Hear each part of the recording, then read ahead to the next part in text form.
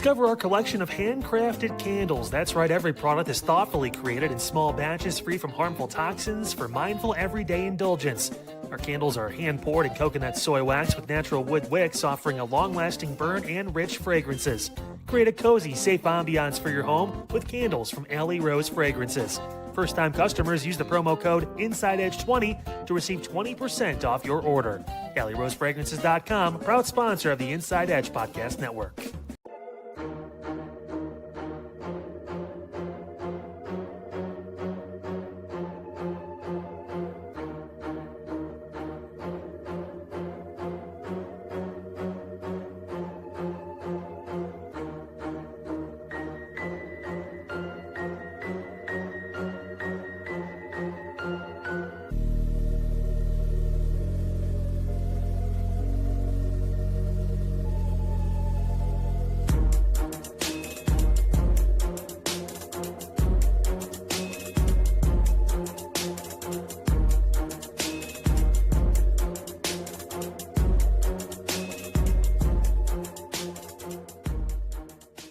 Fanatics isn't just our name, it's who we are. Loyal, passionate fans dedicated to our favorite teams and to the sports we love. That's why we're honored to be able to offer fans the world's largest collection of official sports apparel and sports jerseys from all the leagues, teams, and players you love. We feature a wide selection of gear from every league, including NFL, MLB, NBA, NHL, and NCAA merchandise, which allows us to serve fans of football, baseball, hockey, basketball, lacrosse, soccer, golf, and everything else that gets your heart pumping. Go to Fanatics.com by using the QR code on your screen right now to celebrate your teams.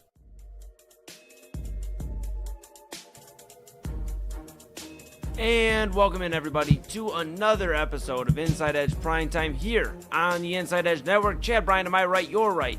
Everybody's right. I'm Eli Moon. We're back in the saddle, saddle adjacent here on your Tuesday edition of Inside Edge Primetime here on the Inside Edge Network. I'll do a little camera fix here, folks. You're going to be here right with me. Boom, there we are. All right, we're rocking and rolling. Appreciate you being here with us on this Tuesday. Got a lot to get into. A very, very busy 3-hour three shows, one stream. I feel like double A, you've now passed that on to me, buddy. But 3 shows, 3 hours, one stream. Don't have to go anywhere. You're locked in. Stay locked in here with us. We got, of course, Inside Edge Primetime. Chad and I for the next hour. Then at the top of the hour, the Daily Spiral with Autumn Chisholm, that is. And I'll be with her again tonight. We'll tell some more dating story. Oh my goodness, I'm getting a lot of trauma right now. But we're gonna talk about those, and we're gonna talk about Love Island and some other things as well. And then, of course, Midnight Run with Anthony Alfred at midnight. Guest host Kyle Cornell, who filled in yesterday. If you missed out, go check it out tonight. Kyle will keep you entertained. We're holding down the fort. Double A taking care of some things. He will be back with us next week.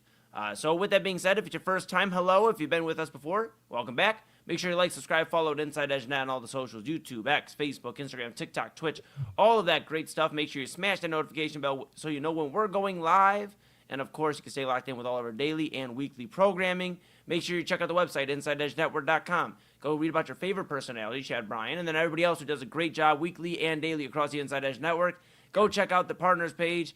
We cannot do without them. Fanatics.com, AlleyRoseFragrances.com, W Energy, Monster Moments, SportsMemorabilia.com, and Omega Video Marketing. We appreciate all of them so much, and we appreciate you at home. So go to the merchandise store, grab a shirt, a hat, a mug, a t-shirt, a polo. Go grab a windbreaker, tuck it away for later on. Get ready. You see the polo on Chad B. He's looking great. You could be looking great just as well as Chad B. if you go grab something from the merchandise store. Rep Cleveland's digital leader, your source for sports, entertainment, mental health conversations, news, and everything in between. And guess what, guys? We're on Roku as well. Go download the Inside Edge Network app on Roku. Go check that out and take us wherever you'd like to go. All right, Chad B. I think I've done enough talking. It's time to hear how you are doing on this Tuesday evening. Good. Oh, sorry. I should say more than that. No, I'm good, man. Chances are, listen, you pick up a polo, you're gonna look way better than I do it. But it's whatever. No, I'm good. It was weird when you said Tuesday. It's another one of those weeks, I guess. Eli. I didn't feel like I was like it's Thursday, it's Wednesday, whatever. I got ahead of myself again, but yeah, it's Tuesday. So yeah, we still have 4 more of these shows to do. I'm pretty excited about that. I'm doing pretty good, man. It's not 150,000 degrees outside, so that's good. I'm trying to mow my grass tomorrow. How are you doing, man? I'm feeling good, man. I appreciate you asking. I did mow a little bit of the grass today. I got one more tree lawn to do. We've talked about our grass here, the different. I mean, you got more than me, definitely, just because you're out in the country a little bit more than I am. But I have a weird dynamic where we have the four. So we have like the front. I'm pointing like people can see, but we have the front. Then you have like this other area of the side, but it's really about as long as but it's basically as long as the front, to be honest with you. And then and it splits because then you have the walkway, the stairs, so it's kind of a pain in the ass. And then you have the the little side area, and then you got the real side area, and then 2 tree lawns. So I got pretty much everything done but 1 tree lawn. I made kind of a rookie move and went out there around 4:00, Chad, right when the sun's like at the peak. So I heard some Phil Collins in my head. I was like hearing some Lion King, and I was just trying to get it done. We have 1 tree lawn to go. I'm gonna go out there before it gets hot tomorrow and knock that out, man. But yeah, doing good otherwise. We had some good dinner. Got to watch a little World Cup. Messi hung on. I don't know if you caught that earlier, but Messi and Argentina won 3-2 over Egypt. Egypt had them beat the whole game, Chad. And the VAR system, the VAR system, it is really being a pain in the behind for a lot of teams. It took away an Egypt goal. They got stopped on the other end of the pitch, and then they called it after by looking at it and took away a goal that really would have made the whole dynamic of the game differently. That was around like the 57th minute mark. So interesting there. I believe Colombia did fall as well to Switzerland. So you got your final 8. I think Kyle will get into that a little bit later. What we want to get into right now, Chad B, as much as we love the World Cup, we'll have our guy Ben Bales to give us his expert analysis. We want to talk about some Cleveland Cavaliers. And I want to talk to you about a signing that shook this morning. We've been waiting possibly for this signing in Cleveland. It's somebody that could really maybe make an impact next year for this team. Could be one of the key pieces to a championship. Maybe not the key piece.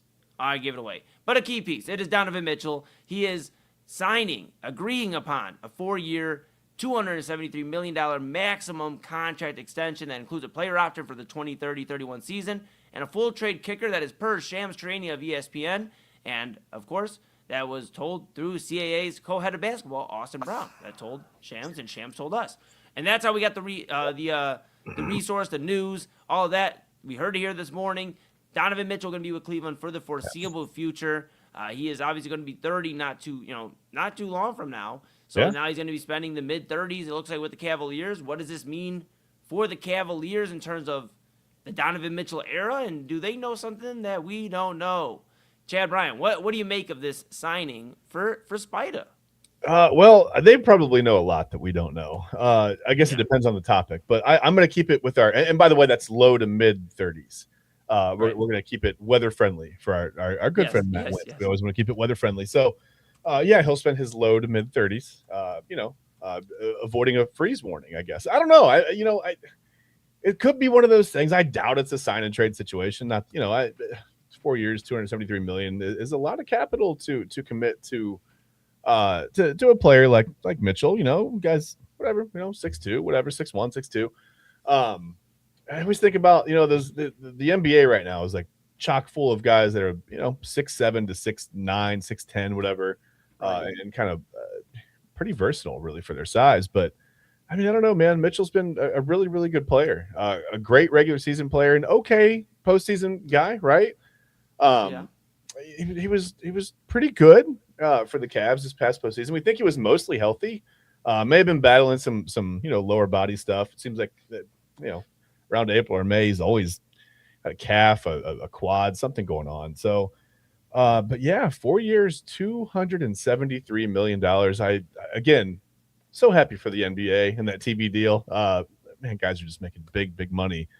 But yeah, I mean, as far as them knowing something we don't, I mean, I don't know. Would Mitchell be more prone to want to stay here if LeBron came back? I mean, it's not going to be LeBron's team for 4 years, right? We're not going to see that happen. So I don't think it really would matter either way. I don't think them signing Donovan Mitchell really tips you off one way or the other, which way they're leaning on the LeBron situation or which way LeBron's leaning. I've heard now that suddenly, after it being down to 2 teams, it was the Warriors and the Cavs. Now it's 6 teams. So he narrowed it down from 2 to 6. I don't know how that works, but it's all a ploy. It's all a ploy. 2 to 6, and he's the 1. 2-1-6. Read between the lines, Chad. He's coming home. He's coming home.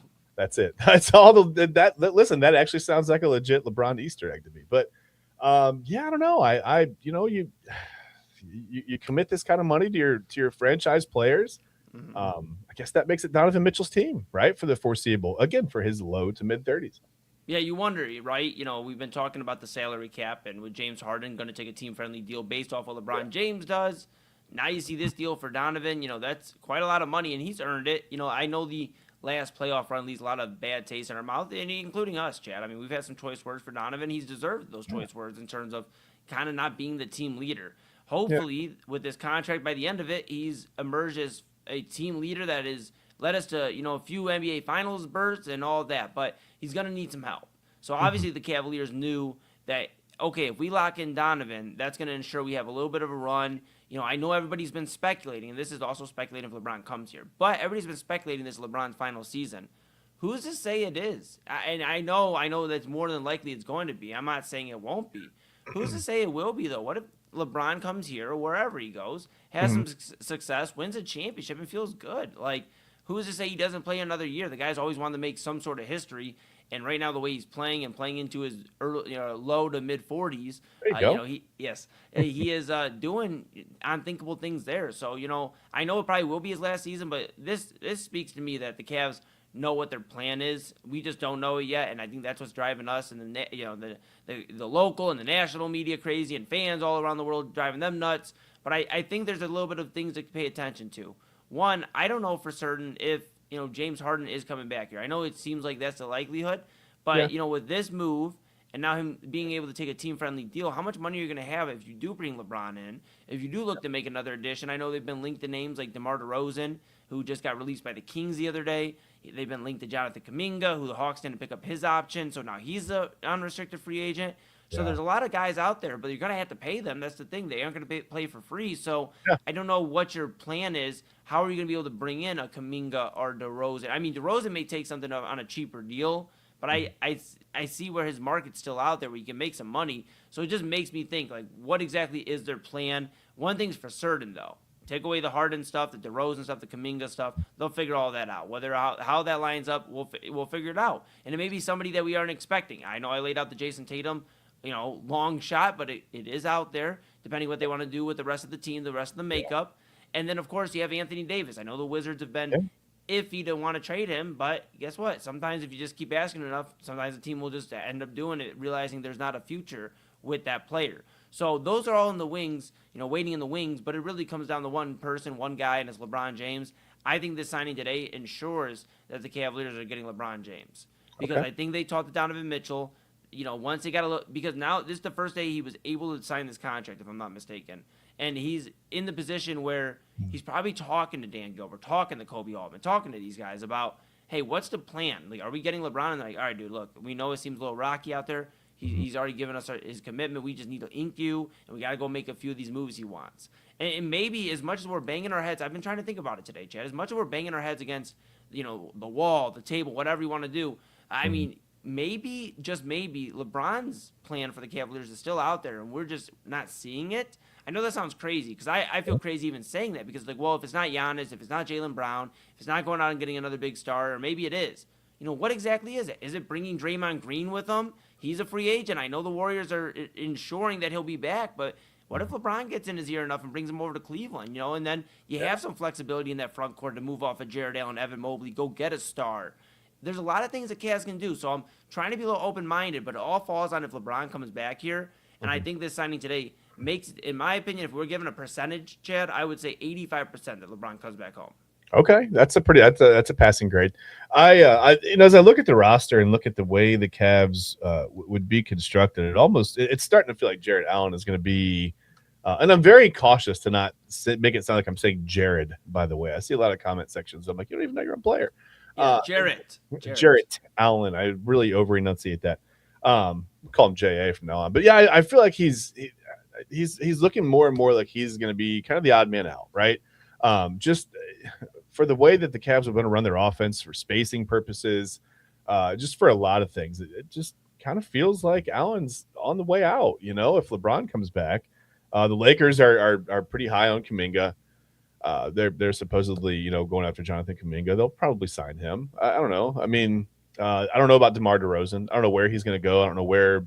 Again, the NBA is sometimes it's like a mystery to me. It's like, whatever, open the treasure chest and just see what players in there. I have no idea. It doesn't always make sense, right? Yeah.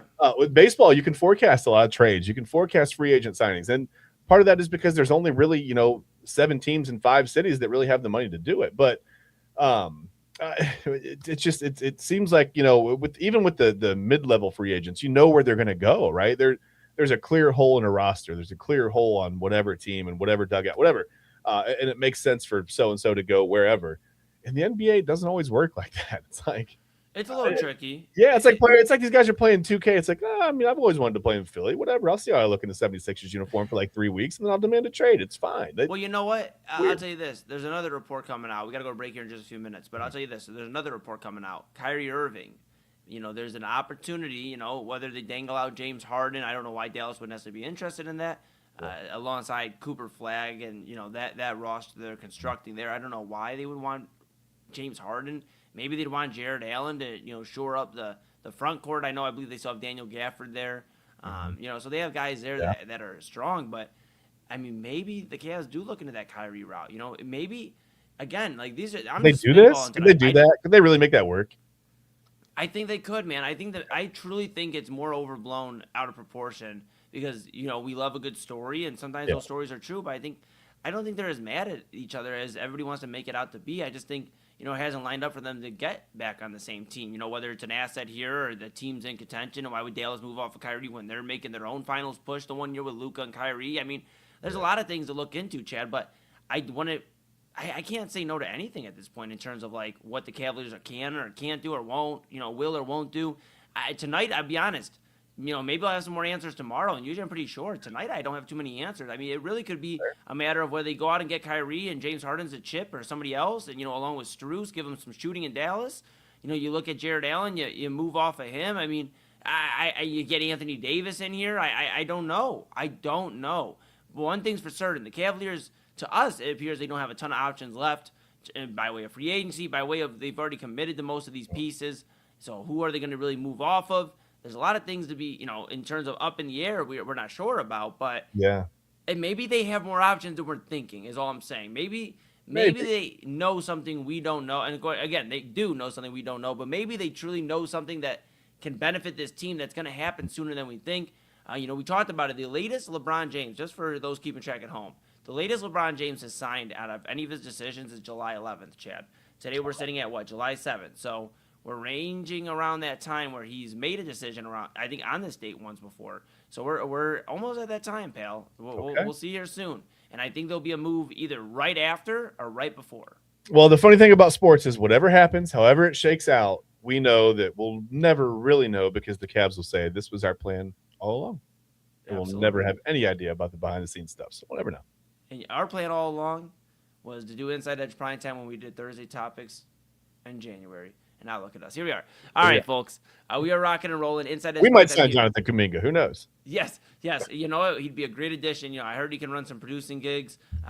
We'd love that. We'd love that here. Yeah. With that being said, make sure you get some drinks, some caffeine, get your dinner, get ready to rock. We are rocking with you for the next hour or so to about the top of the hour at 11 o'clock. Of course, Daily Spiral with Autumn Chisholm and I will be at 11. And then Midnight Run with Anthony Alford, guest host Kyle Cornell at midnight. 1 stream, 3 hours, 3 shows. It's a phenomenon, folks. Make sure you stay locked in here with us. But we're going to take a quick pause. When Chad B and I come back, we're going to talk about a pitcher that could be on the move in the next year or two. But right now may not be doing a good job in terms of showing his value to other teams. We'll talk about that, the sticky world of MLB aces, and where a few could be on the move this upcoming season, whether it's this year. The trade deadline is coming up very, very quickly, August 3rd, or next season, off season, whatever have you. But we'll take a quick pause. Chad, me, and I are coming back talking some baseball, and then later on, Tuesday Top 5. I know one Autumn Chisholm will appreciate our list tonight. Hopefully you do too. I'll be back right after this. Key On Sports is the leader in Ohio high school athletic coverage in written, print, and video streaming. From the latest news and results and written content to the high school football game of the week every Friday, Key On Sports has you covered. The vision of 15-time published author Vince McKee has become the most trusted site in Ohio high school athletic news. From podcasts to player profiles, Key On Sports is your one stop for all of it. Visit them today at keyonsports.com or on YouTube at Key On Sports. Check out their socials on Twitter and Facebook as well. Clean energy, bold flavors, and no jitters. See why people won't shut up about Dubby. Clean energy, no jitters or crash. Whether you're starting your workday or getting ready to exercise, Dubby Energy helps you lock in and focus. With over 15 flavors to choose from, you can't miss. Order Dubby Energy right now by using the QR code on your screen and use the promo code InsideEdge10 to receive 10% off your order. Dubby Energy, your energy-focused sponsor of the Inside Edge Network, Cleveland's digital leader. Discover our collection of body mists made with clean, minimal ingredients. Handcrafted with natural essential oils and clean ingredients, they offer a natural alternative to synthetic fragrances. Perfect for sensitive skin and those seeking clean, mindful self-care, and the perfect gift for you or your special someone. Courtesy of Alley Rose Fragrances. First-time customers, use that promo code InsideEdge20 to receive 20% off your order. AlleyRoseFragrances.com, a proud sponsor of the Inside Edge Network, Cleveland's digital leader. Whether searching for a baseball autographed by your favorite World Series slugger, a signed football by an iconic Hall of Famer, or the jersey of a world-famous soccer star, you've come to the right place. Here at SportsMemorabilia.com, the web's leading source of authentic sports memorabilia, you'll find more than 500,000 authentic products from nearly every professional sports league, team, and players. Not only will you find your next prized sports possession with ease thanks to superb customer service and tremendous site experience, you'll have the satisfaction and peace of mind that every product listed comes complete with a certificate of authenticity and is fully backed by the SportsMemorabilia.com lifetime authenticity guarantee. Go to SportsMemorabilia.com by using the QR code on your screen right now. SportsMemorabilia.com, a proud sponsor of the Inside Edge Podcast Network, Cleveland's digital leader. Find us on InsideEdgeNetwork.com for the latest information on your favorite shows, personalities, and network partners. Plus, guess what? We have a merch shop. That's right, we have network polos, t-shirts, champion jackets, hats, and bottles. Rep the network. Every purchase supports independent sports and entertainment media. Use the QR code on your screen right now to check out InsideEdgeNetwork.com. That's InsideEdgeNetwork.com.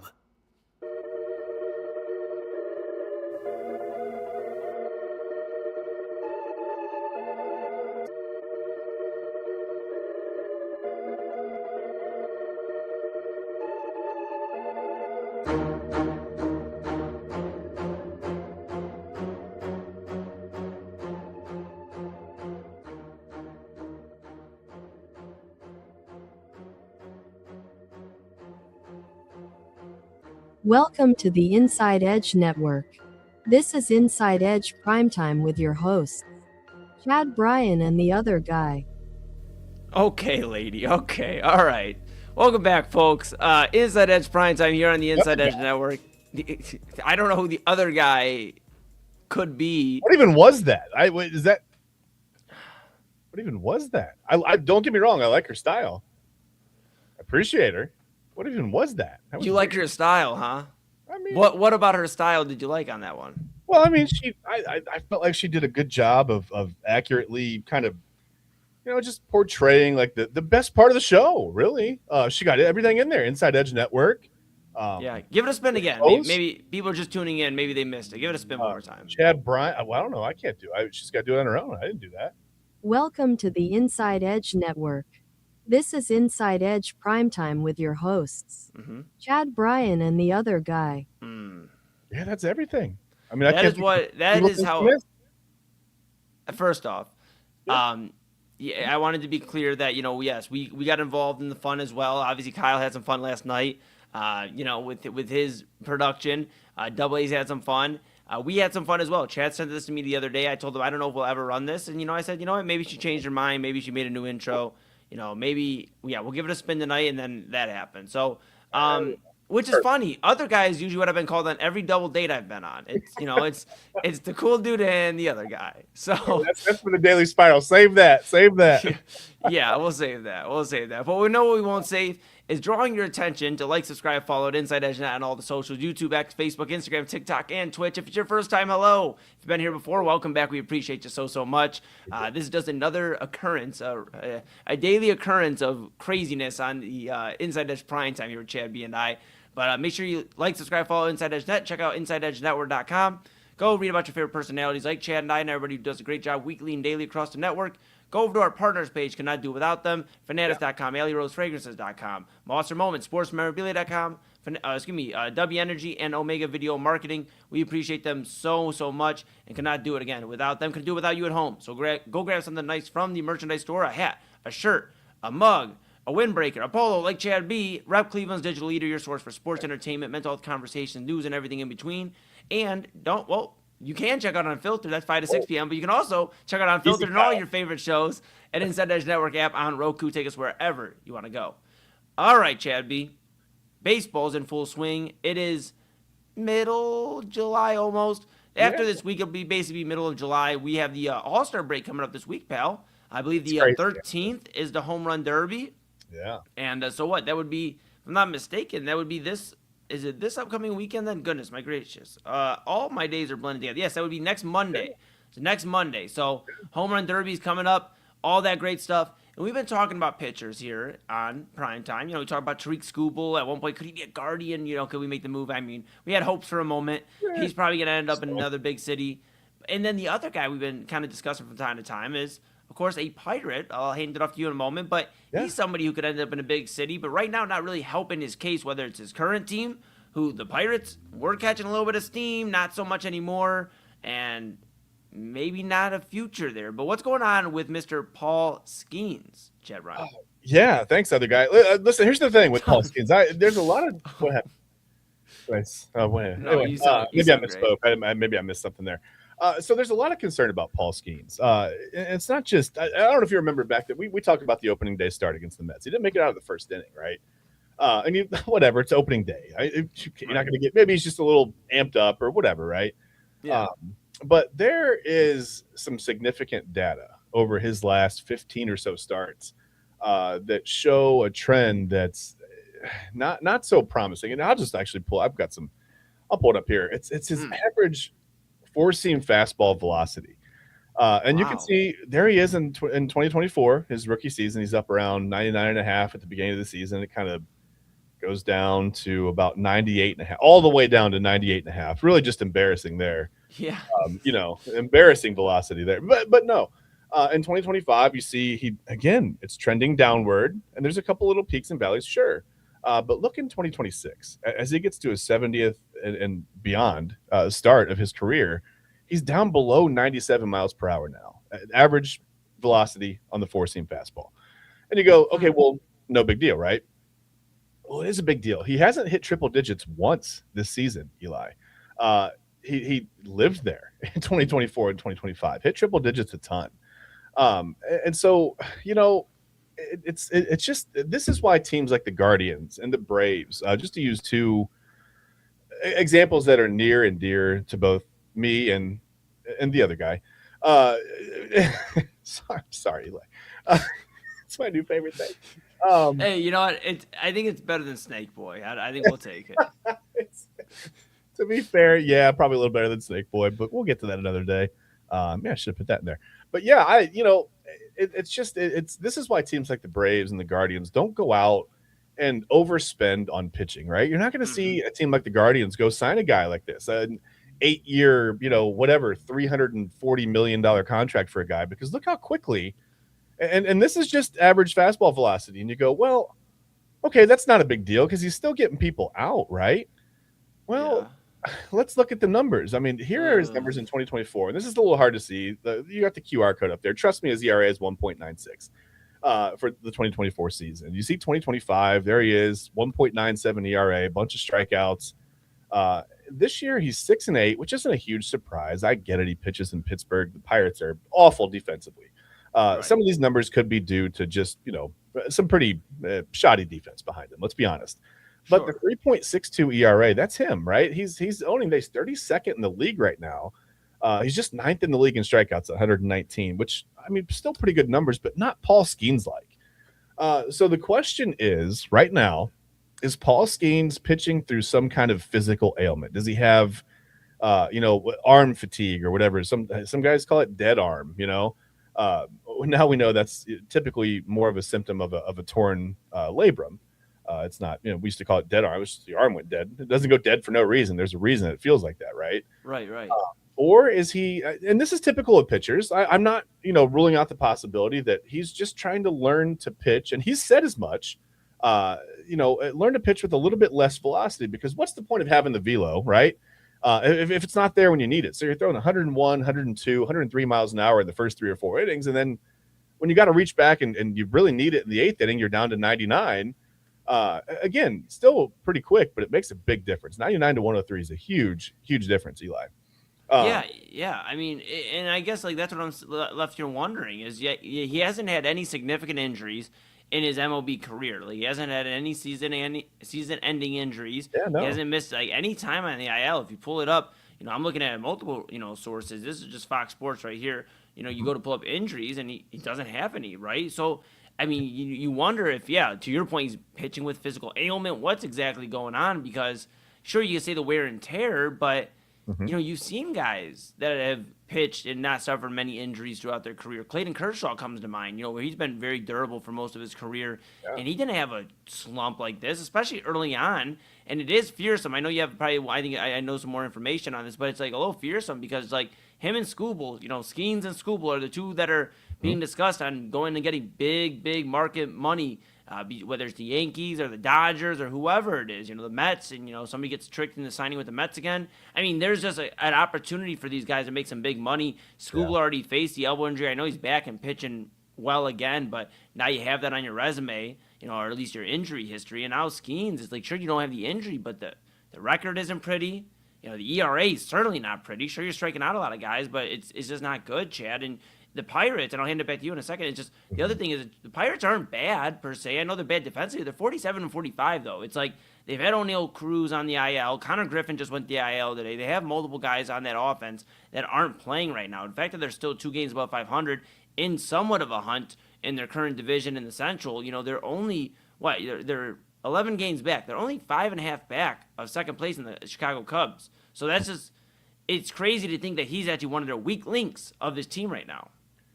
Yeah, I mean, he pitched well against the Braves tonight. The Pirates beat the Braves 12-4, by the way, tonight. But, I mean, he pitched pretty well against the Braves. Only struck out 4 in 6 innings. But I think the biggest concern is he's not getting past 6 innings, Eli. That's the biggest thing right now with him. His last truly dominant start, as I'm looking back, it would have been back on May 12th. Against the Rockies. They won 3-1. And I'm trying to find the box score here on the fly, but I thought I had that up. But he threw about 8 innings, gave up a couple of hits, struck out 10, and at that point lowered his ERA to 1.98. But the concern has been, obviously over the last, couple of months, but over his last 5 starts, Eli, the ERA is up near 6. It's about 5.63, not including tonight's game. And here I think is the biggest thing. Like I said, he's mentioned, trying to pitch with a little less reliance on that velocity, so he can, dig back in those moments when he really needs it. And this is another chart that comes from Fangraphs. That first chart came from Fangraphs as well, by the way. This comes from Fangraphs. This is with runners in scoring position, and they further quantified this to say that in a 3-run game or less, so a close game, runners in scoring position. You see in 2024, the velocity without runners in scoring position was 98.8. He was able to reach back to get 99.1. Not a huge difference, but when you're up around 100, you don't need a big difference, right? 2025, same thing. Not a big difference, but he's up in the 98, 98.5 region, whatever. Now 2026, it's all the way down to 97 without runners in scoring position. He's reaching back, and he's only getting up to 97.1. So, listen, this could be Paul Skeens just trying to figure out, hey, look, I can't sustain throwing 102, 103 miles per hour. It's not good for the long-term career, right, of a human being to throw that hard. It's an unnatural motion to throw a ball overhand anyway. So let me try to learn to pitch with a little less velocity. It could be that. It could be very, very innocent, but to me, Eli, the numbers, they scream another story. Like he's not effective. And I know he's talented enough to figure it out.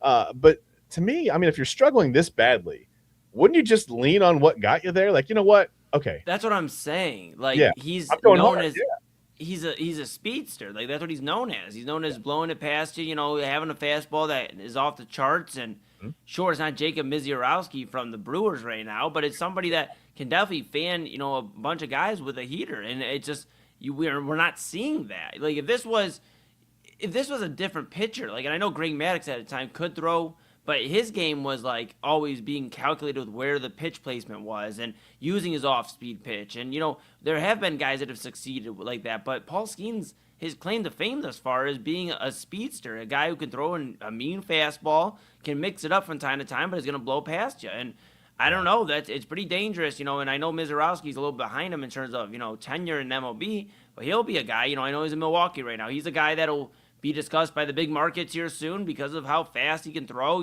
Up to almost 105, 106 miles per hour. I don't know, Chad. This isn't good. This is not good for him. I know Skubal's rebounded, but this is for a year where these guys were expecting to make some big money the next offseason.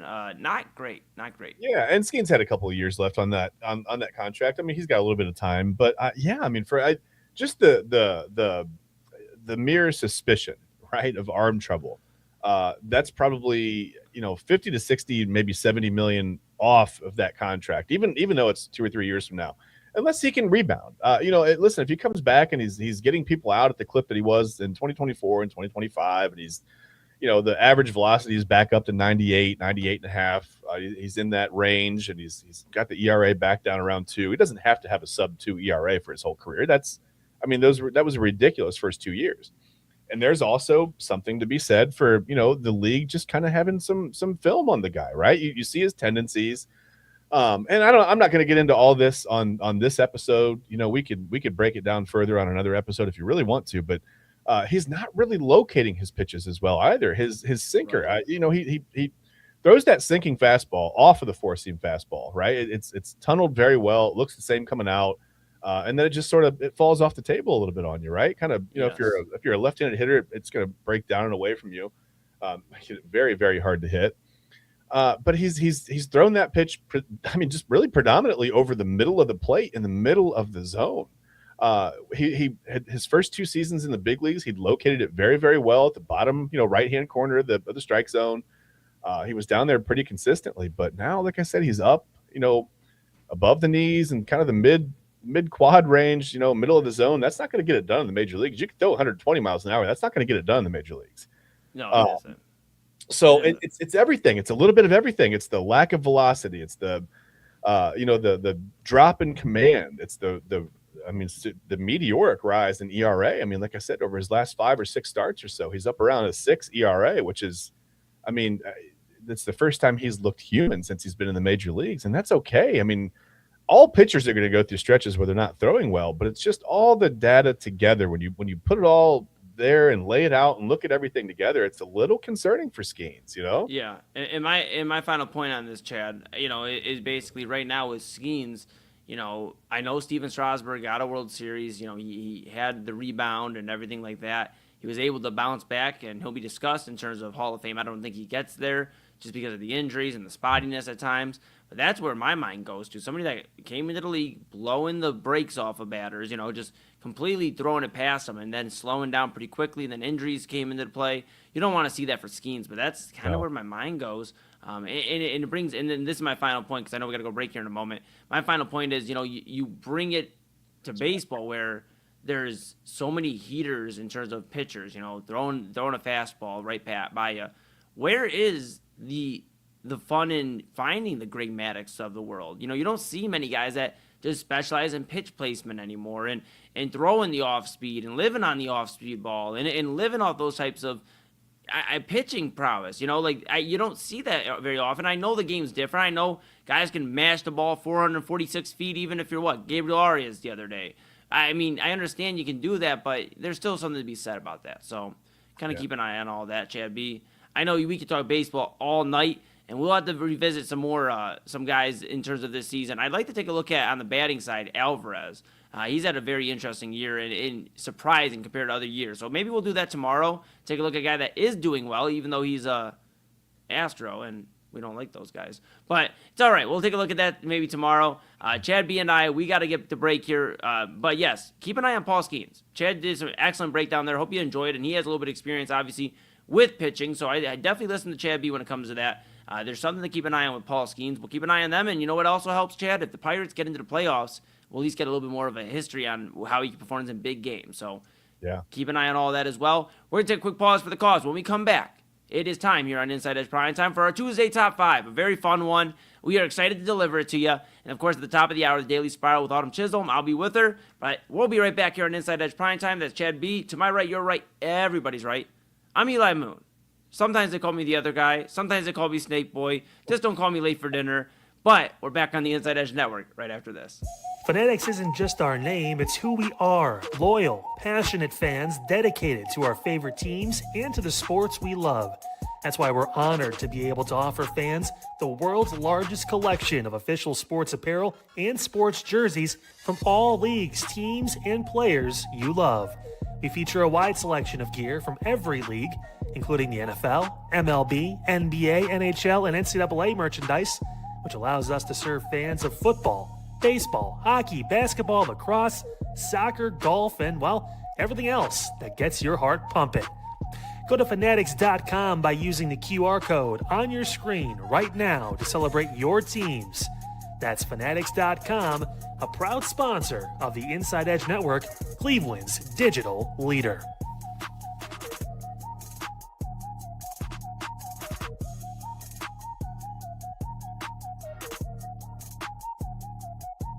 Small business owners are superheroes, but nowadays running your business means doing so inside your shop and on social media. That's why you should make Omega Video Marketing your sidekick. With a decade of content creation experience, I create dynamic, informative, and fun videos for your specific social needs that will increase brand awareness, get you more followers, and keep your social pages and websites current and fresh. I offer flexible pricing and turn times and will work with you to understand your brand and your story. All of that comes from the heart. My award-winning expertise is just the cherry on top. So let's get connected. After all, your brand is the alpha and my expertise is the omega. Discover our collection of handcrafted candles. That's right, every product is thoughtfully created in small batches free from harmful toxins for mindful everyday indulgence. Our candles are hand-poured in coconut soy wax with natural wood wicks, offering a long-lasting burn and rich fragrances.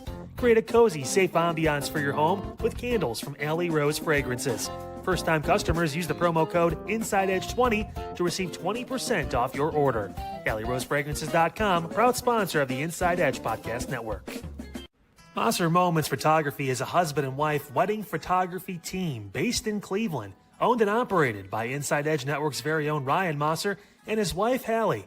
For the past 10 years, they've captured more than 100 weddings across Northeast Ohio and beyond, always working together as a true two-person team.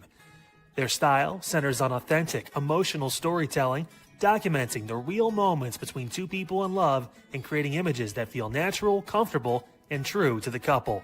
Rooted in Northern Ohio but inspired by their travels, Ryan and Hallie bring a warm, personal approach to every wedding day. Their work blends experience, consistency, and a genuine passion for helping couples relive their best day through timeless photography. Learn more at MosserMomentsPhotography.com by using the QR code on your screen right now. MosserMomentsPhotography.com, a proud sponsor of the Inside Edge Network, Cleveland's digital leader.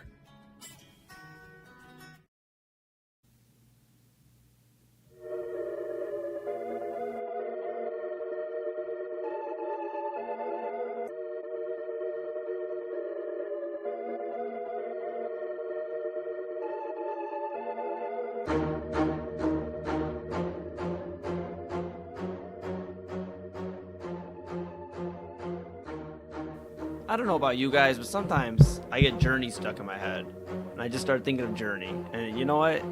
That gets me through the evening. Welcome back to Inside Edge Primetime here on the Inside Edge Network. Chad Bryan to my right, you're right, everybody's right. I'm Eli Moon. We're back in the saddle, on the saddle, saddle adjacent. Chad, Journey has some great bangers, bro. Some bangers. Like, Can we start singing any of them or no? I thought about it, but I was like, yeah, based off the week we're having with copyright, I'm cool. I'm I'm all cool. good. The man's trying to kick us down, man, but we won't let him. But no, when the lights go down in the city, that was actually what was in my head when we were coming back from break. But the lights aren't going down anytime soon. We got 3 hours here with you. We're here till midnight. We're till the top of the hour. Inside Edge Primetime. Chad B to my right. You're right. Everybody's right. I'm Eli Moon. And then, of course, we have Autumn Chisholm at the top of the hour, the Daily Spiral, and Midnight Run with guest host Kyle Cornell. Filling in for Double Anthony Alford, our program director and bro, who will be back next week. If you're here for the first time, make sure you like, subscribe, follow Inside Edge Net on all the socials, YouTube, X, Facebook, Instagram, TikTok, Twitch. Make sure you're locked in with us. Hit that notification bell so you know when we're going live. A lot of great daily and weekly programming here for you. Going to be a little bit of a weird 2 weeks, folks. As you noticed, no Unfiltered this week. Kyle is on vacation, though he is being so generous and filling in yesterday and today for Midnight Run. And then he'll be off, obviously, this week for Unfiltered. So you'll see replays of Unfiltered this week. And then Double Anthony Alford taking care of some things where you are sending him our well wishes as he's taking care of some whatever, he's got to take care of right now. And he'll be back next week with you. I'll be on vacation next week. I know everybody was talking about how I'll be on vacation this week. Surprise! I'm here. I'll be on vacation next week, so it'll look a little different the next few weeks, but still the same Inside Edge Network you know and love. We're going to keep going through the summer, and we appreciate you for rocking with us. Make sure you check out InsideEdgeNetwork.com, read about your favorite personality, check out our partners page, go to the merchandise store, get some of the nice Rep Cleveland's Digital Leader, your source for sports, entertainment, mental health conversations, news, and everything in between. And take us with you on Roku. Somebody with somebody else. Just, doesn't matter who. Inside Edge Network app, make sure you download it, check it out on Roku, take us wherever you want to go. There on Roku.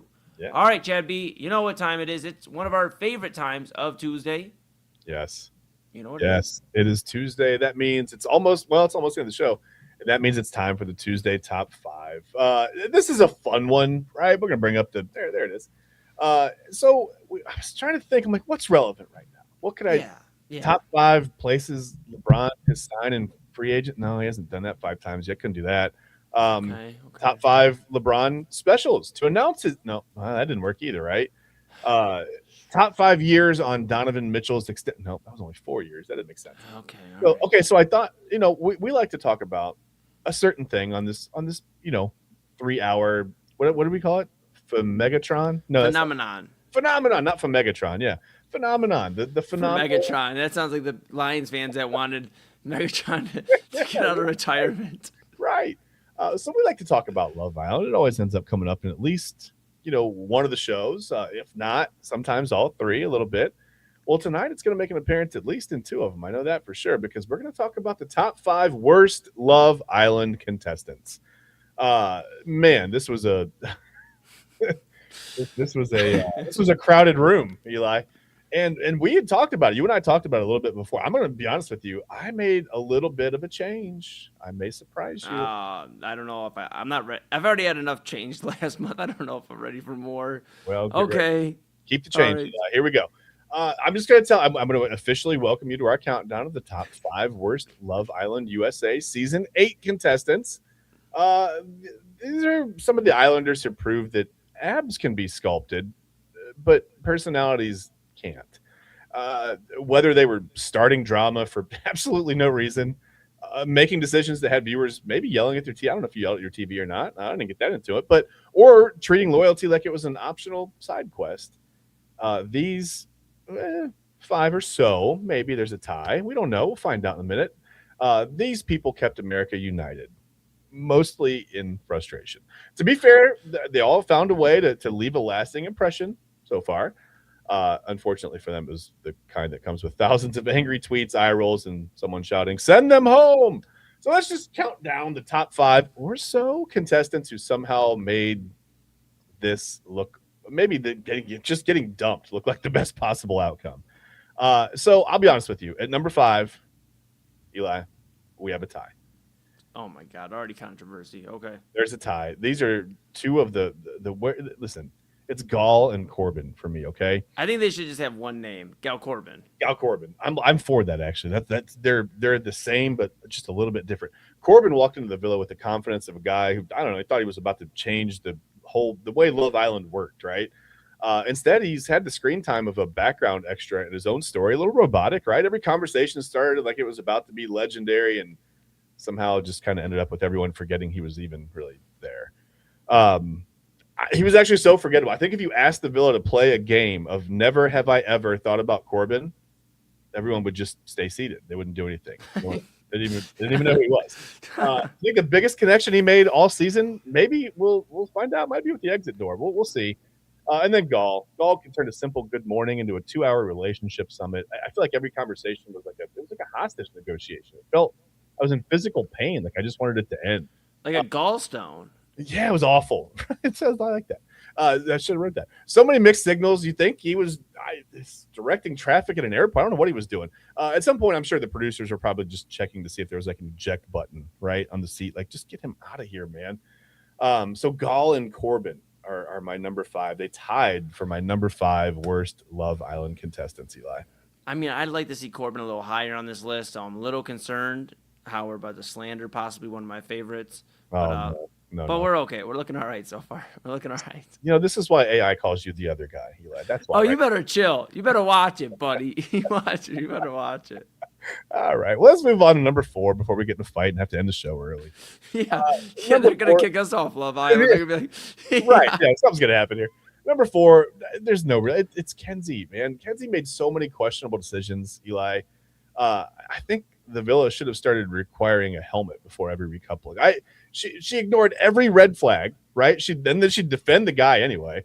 And then she was absolutely stunned when the guy did the exact thing that everyone warned her about. She treats, kisses like handshakes. She's shocked when there's consequences to that.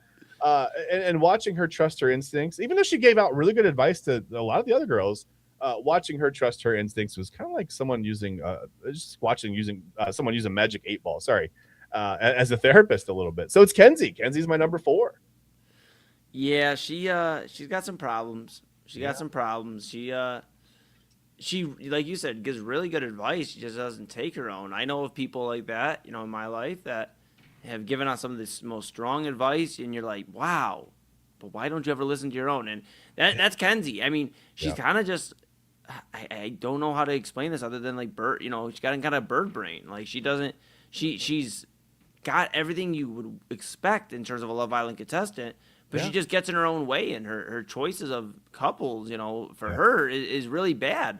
If they just put her as a producer of this show, she'd do amazing. But as a contestant, very bad. Very bad. Very bad. Not enough to land in the top 3, so we'll have to see what that's all about. But yeah, not great. Not great. I've been a little up and down with Kenzie. Like I said, she gave some amazing advice, and she kind of started to pull me back off the edge. Eli was like, maybe she, and then no.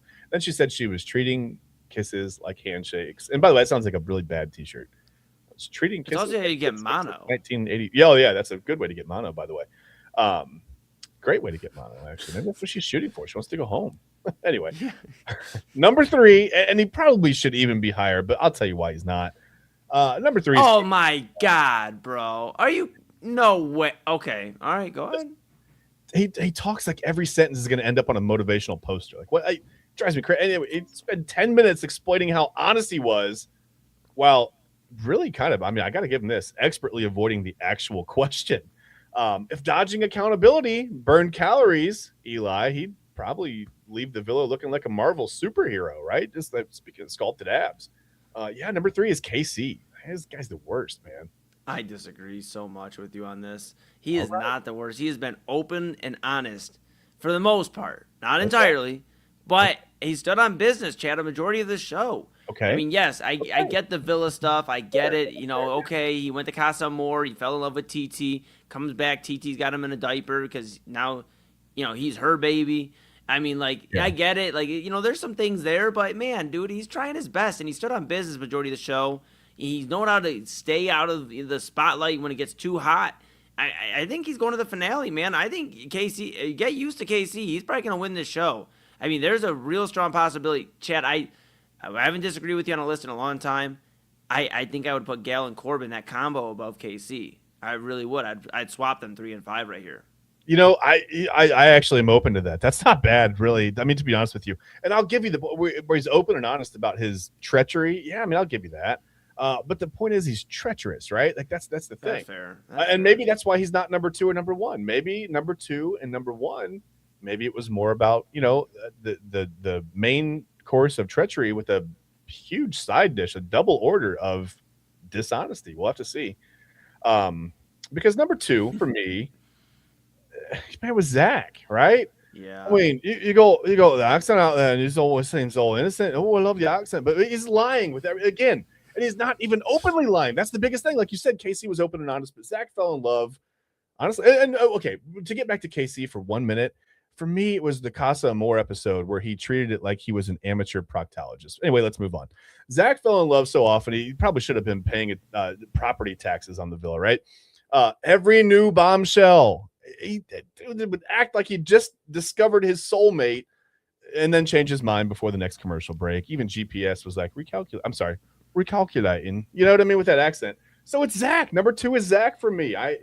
Again, he's terrible. It's the treachery with the double order on the side of dishonesty for me with Zach. Yeah, you know what? And I just don't like his choice in women. Like, I'm pretty sure it wasn't he with the racist. So, like, yeah, I'm not a fan. Not a fan of Zach. I don't know how he got along this long in the show. I mean, that should have alerted America enough, but that just kind of tells you where we're at as a country, that somehow a guy that was talking to the racist and now can talk to somebody else is still on the show. Chad, you're back on, bud. Like I said, the only switch I do so far is Galen Corbin and Casey. I think Casey gets so much hate on this show. I just think it's kind of there's a reason. Undeserved. Okay. You know what? All right. You know what? Let's just get into it. Number one.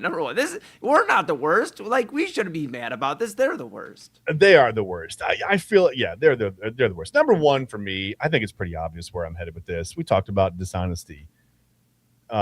Listen, it's sincere.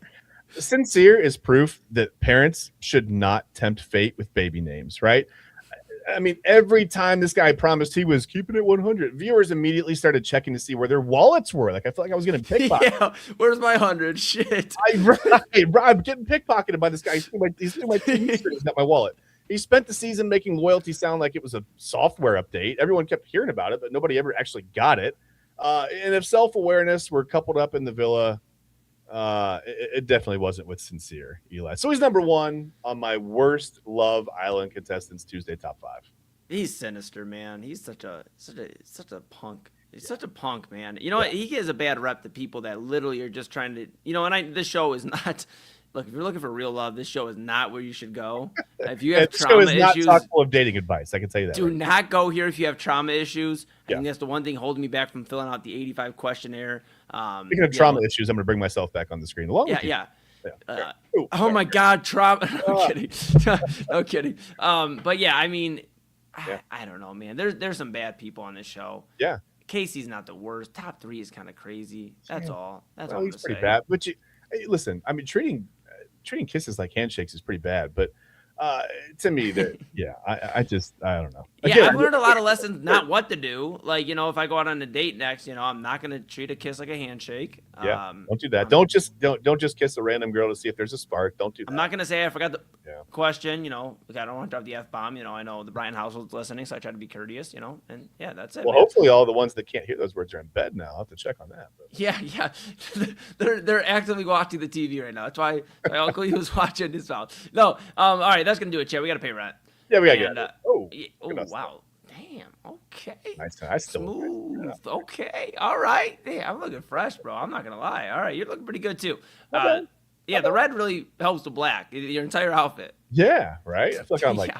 Texas Tech circa 1990s or something. Yes. Well, that's going to do it for Inside Edge Primetime here on the Inside Edge Network. Hope you enjoyed our Tuesday edition. We're back with you tomorrow, 10 p.m. Another very busy day. We'll keep an eye if LeBron signs somewhere within the next few days. Maybe tomorrow, maybe Thursday. But we're going to look to see if getting our guy Ben Bales back on to talk about the end of Team USA and the World Cup and what to look out for moving forward.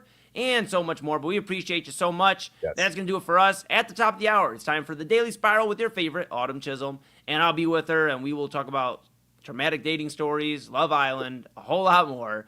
But thank you guys so much for tuning in. Don't go anywhere. Autumn Chisholm, back right after the break. Key on Sports is the leader in Ohio high school athletic coverage in written, print, and video streaming. From the latest news and results and written content to the high school football game of the week every Friday, Key on Sports has you covered. The vision of 15-time published author Vince McKee has become the most trusted site in Ohio high school athletic news. From podcasts to player profiles, Key On Sports is your one-stop for all of it. Visit them today at keyonsports.com or on YouTube at Key On Sports. Check out their socials on Twitter and Facebook as well. Clean energy, bold flavors, and no jitters. See why people won't shut up about Dubby. Clean energy, no jitters or crash. Whether you're starting your workday or getting ready to exercise, Dubby Energy helps you lock in and focus. With over 15 flavors to choose from, you can't miss. Order Dubby Energy right now by using the QR code on your screen and use the promo code InsideEdge10 to receive 10% off your order. Dubby Energy, your energy-focused sponsor of the Inside Edge Network, Cleveland's digital leader.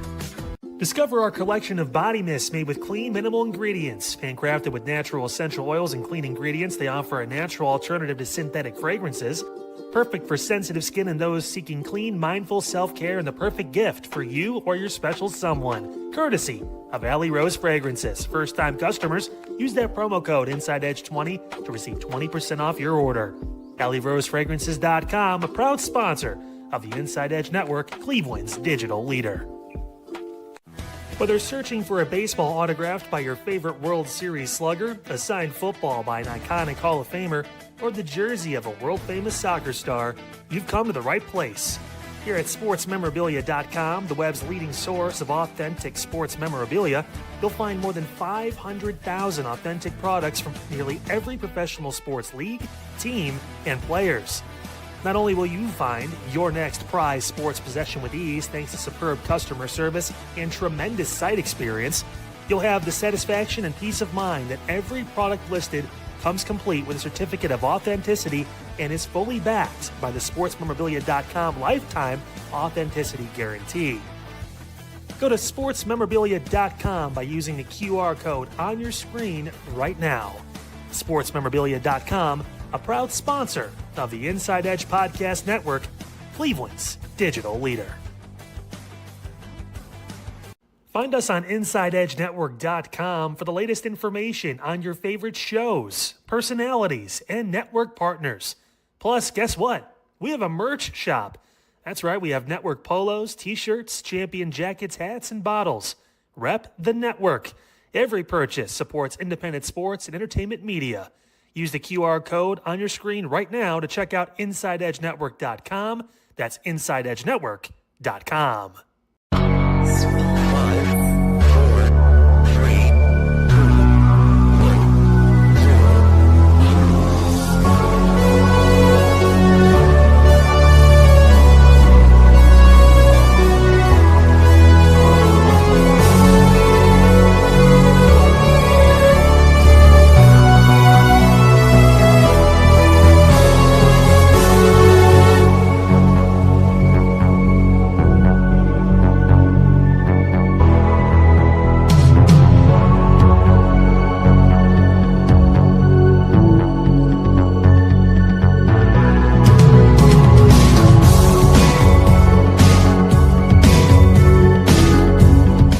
I was gonna say something really nice. That was quick. I was gonna say something so nice. I was gonna be so nice. I was gonna be like, oh my God, I'm so proud of you guys because clearly your opinions are informed. Yes. You've been watching the show, and then you had to piss me off through text message. You really just had to do it, right? Had to do it. I did. Hold on. Double A. Who again? Double A's he's already started. I already know what he was gonna say, but you didn't have to co-sign him. I'm just a fan of TT. I like. Don't TT. be a fan of hers. I like TT. I mean, I'm not moving the for criminal this record's not thing. the greatest, but like I mean, no. Autumn. What were we gonna say? Nice. What was the nice thing? The informed part, and then we were. Yes, I was gonna be really nice to you and Chad. I was gonna be like, oh my God, I'm not even gonna give Chad a quiz tomorrow. You ruined that. No. Don't let Chad be safe. That was on me. That's not. Chad's not endorsing that. Chad's not endorsing that. That's You say that. You say that. Welcome to the Daily Spiral, everyone. I feel like I'm in trouble every time I sit on the show. I feel like I'm in the principal's office. You're like, all right, tell me why Casey's a good guy. Well, he gets good grades in chemistry. He's a stand-up community leader. Sure, he has moments where he's a hothead, but don't we all? Look, I'm going to just say this. We'll get to Love Island. We'll get to Love Island. We'll get to Love Island. Okay. We'll save Love Island for the end, okay? Because this is a big night tonight, you guys. It's a big night. We are voting to see who will be the final 4 couples. You didn't even vote, so you don't even have a say-so. I get more of a say-so because, I'm biased. I'm unbiased. I don't have a vote. You're not voting on at least 3 different devices. You don't count. It don't count, okay? I voted on 3 different devices tonight, all right? Did you? I just think that speaks to your hate of KC. Absolutely. I think that's what that speaks. I don't know if that's the love of the game. He's an incel. Autumn. I think you're too mean to the guys sometimes. Some of them are misunderstood. Not sincere. Not Zach. Not Gail. Not Court. KC, though. KC is misunderstood. That's all I'm going to say. We'll get to them at the end of the show. We'll get to it at the end of the show. That's fine. Let's start the show off, though, with everybody's favorite subject. My terrible dating life. We need an open for this eventually. We need like a little like da-da-da-da-da. We really do. I previewed yesterday 2 more stories that are absolutely insane. Yeah. One was a married pastor. The other Come on, you didn't say pastor yesterday. You left I thought I did. I thought I did. That part out. I thought I did. Married pastor that I didn't know was a married pastor. Okay. The other one invited me to his job and gave me a physical exam. I'm not even joking. Was he a doc? I mean, they had to be a doctor, right? No. Come on. No. Oh my god. Well, it's gonna be which an one? hour. Which one you want to hear first? Which one? Usually I have my coin around and I would flip the coin. We don't have a coin tonight. Goodness. I'm probably gonna hear both of them. Since I know Double A and Chad are listening, Double A and Chad, tell us in our messages which one should I tell? Married pastor or guy who gave me physical exam? Yeah, and if they tie, because there's 2 of them, then I'll break the tie. That I'll be ready to break the tie. I'll tell while we're waiting on their text. So those guys could fall asleep at any point. I'll tell a fun one that's not nearly as traumatic as yours. Goodness gracious. So I was on. So I talked about how I was a late bloomer. This is the only show where I get like, let's get personal with Eli Moon. But I was a late bloomer. So I started talking to this chick on Tinder. She went to Ohio State. I'm 21, whatever. She's 21, she's in school. I went to the Ohio Media School, so I was already out of school and in the career. But, we're like, linking up, and just talking, whatever, through Tinder. We link up. We go to my house. Oh, we got Double A's answer. We go to my house. We chilled. We're chilling over the summer. And we're very aware, Autumn, this is going to be a fling. Okay, like, nobody is going to catch feelings. We're in it just to be where we're at, She leaves for Ohio State, and she leaves in my book bag a little plush lion with an Ohio State sweater on. The last day she was leaving. Now, of course, I'm an empath at heart, so I see this lion in my bag, and I was like, what is she? Like, just something to remember me by. But here's the thing. I didn't want to remember her. I did not want to. I know that sounds heartless, but you're about to find out why I was right. I did not want to remember her because she already kind of gave me the vibe where it was just like summer girl on a party, fling, whatever, and that's that. And then she did that. So we start talking. She's back at school. I go out there to Ohio State. And mind you, my brother goes to Ohio State right now. I still haven't seen the campus since. I went out to Ohio State and seen it. He's got another year. We'll get there. But she was out there at Ohio State. I caught a ride. Now, this is where it gets crazy. I obviously don't drive, so I caught a ride, and an Uber would have been like over $100 to go out there. So I called somebody who was like, yeah, I'll come grab you. He lived, mind you, 40 minutes away from me, 40 to an hour away from me, came and grabbed me, ran me to Columbus for $20. Don't know how I got that deal, but I'm grateful for it every day. So I got to Ohio State. I go kick it with her, whatever, you do what, men and women do, and we kicked it. I get back home the following week. It's getting a little weird. The texts are getting a little spacious. All this. And then all of a sudden, it's during the Guardians or the Indians at the time, one of their playoff runs. It's like, this is like, 2018 or something. Oh, and the one where they got swept. Yeah. I mean, it was a lot of sad ones. So I'm watching that, and I'm texting, back and forth, and all of a sudden I get a good night text. But it's not her. It's the dude she's been sleeping with for the last, 3-4 months since she's been in school. Again, it's not going to be the married pastor. It's not going to be the physical exam. That's not a doctor. But that is like, want to talk about trauma? That's like like he was texting me good night for her and random texts. Like her texts were like, it was weird. It was weird. Like he was like grabbing her phone and texting for her. And then I called her out on it. And she was like, yeah, I just figured out, I'm in Columbus, so I needed somebody while I'm here. And then when I'm back home. You know what? So I'm known as woman in a male-dominated field. So I'm either known as, to Chad, the Brian household, I'm known as Snake Boy. That's been the new thing. Or other guy, if you ask the AI voice. I've been known as other names. And apparently to that girl, I was known as Cleveland Guy. Because that's all so that's my sweet and innocent story. The votes are in, I believe. Eli. It's tied. Oh, no. It is tied. So you got to choose. The Lord's been working in mysterious ways. You want to hear very fast? No. The Lord's been working in mysterious ways, so I think we're going to stay away from the past one for right now.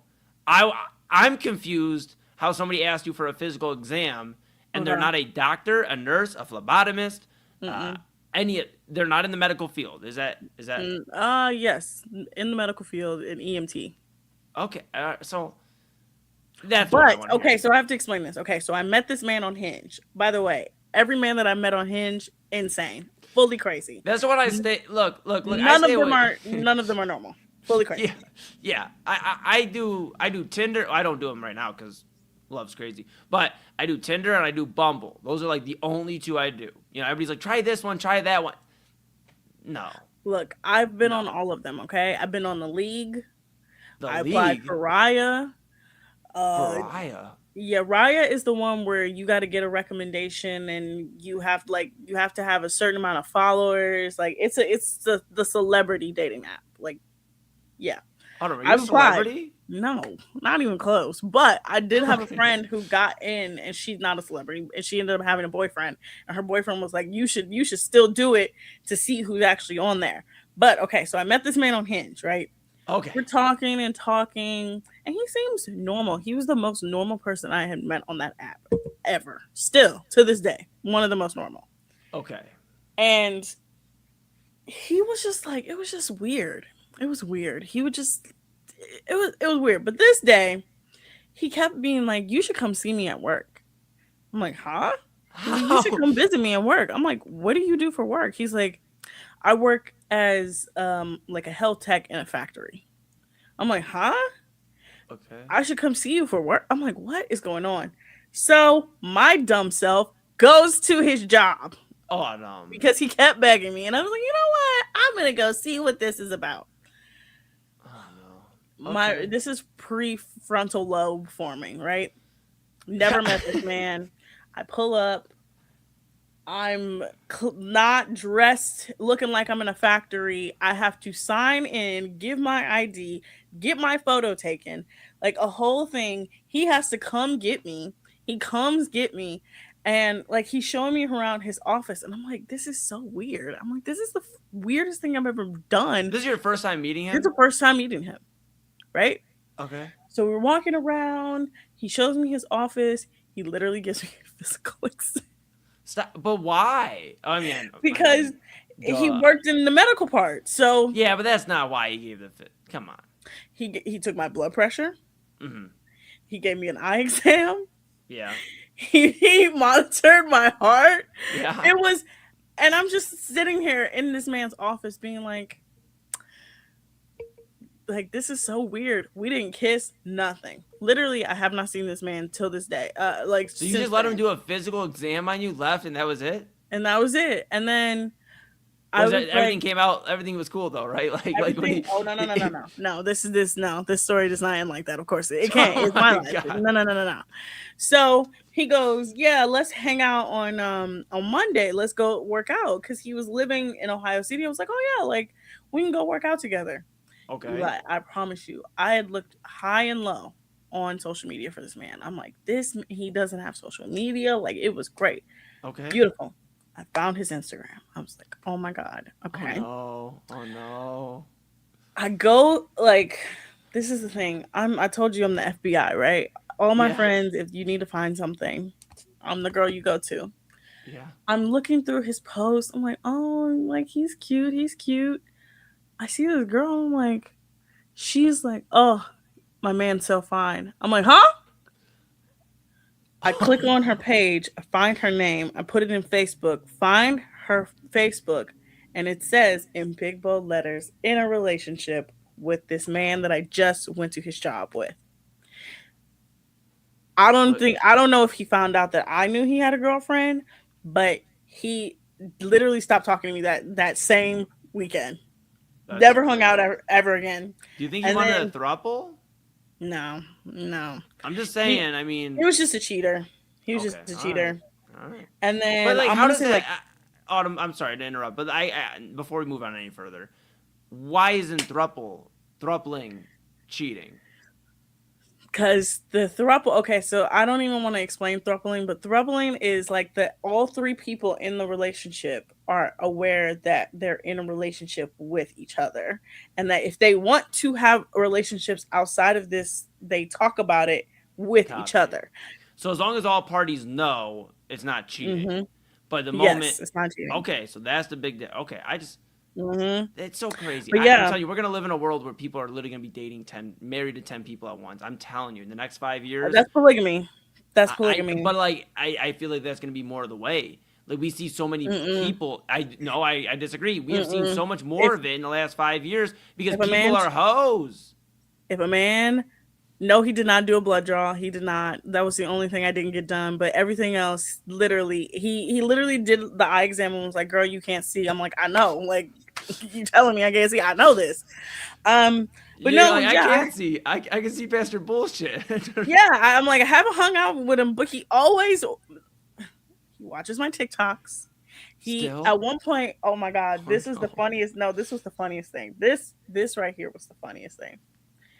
He was sending me TikToks and he was sending other girls TikToks, right? Yeah. One day, he sent a bunch of girls TikToks and put us all in a group chat. Stop. Come on. That's sincere behavior. I was like, what is going on? And I'm looking at these girls and the girls, we all are like, so he just put us in a group chat because he sent us all the same TikTok, right?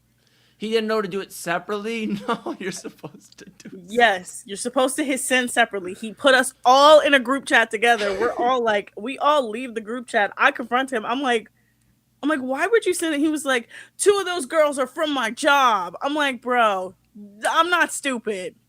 Yeah. He's also at this point 36 now. He's 36. I had an older man phase, guys. Just know that. I had a phase where I did a lot of older I'm not going to lie. My last few that I've talked to have been on the older side. Not older, but like mid 30s, things like that. But my problem, Autumn, is like, a lot of times, we're getting older. So a lot of the women I talk to, if they're around 35 or whatever, have kids. So a lot of times it's like, I'm just like, yeah, I'm cool. Like, that's all you, boo-boo. Like, you do your thing. I'm not going to get involved. Like, I'm cool. Like, and that's the biggest, while we're being real for a moment, because I know this has become a reoccurring segment for us now. That's my biggest fear, I think, right now of the dating scene, to be honest. And one of them is like everybody's so established in some light, whether it is they have kids from a past marriage or whatever it is, or they have a baby daddy or maybe not even a baby, just a crazy ex that is literally still crazy for them. It's like that's why I stay away from dipping my toes into the dating scene anymore. Or they live multiple lives. I'll have to tell that story. I don't know if I'm ready for it today. That's a traumatic one. But the person I was talking to, she was living 3 different lives.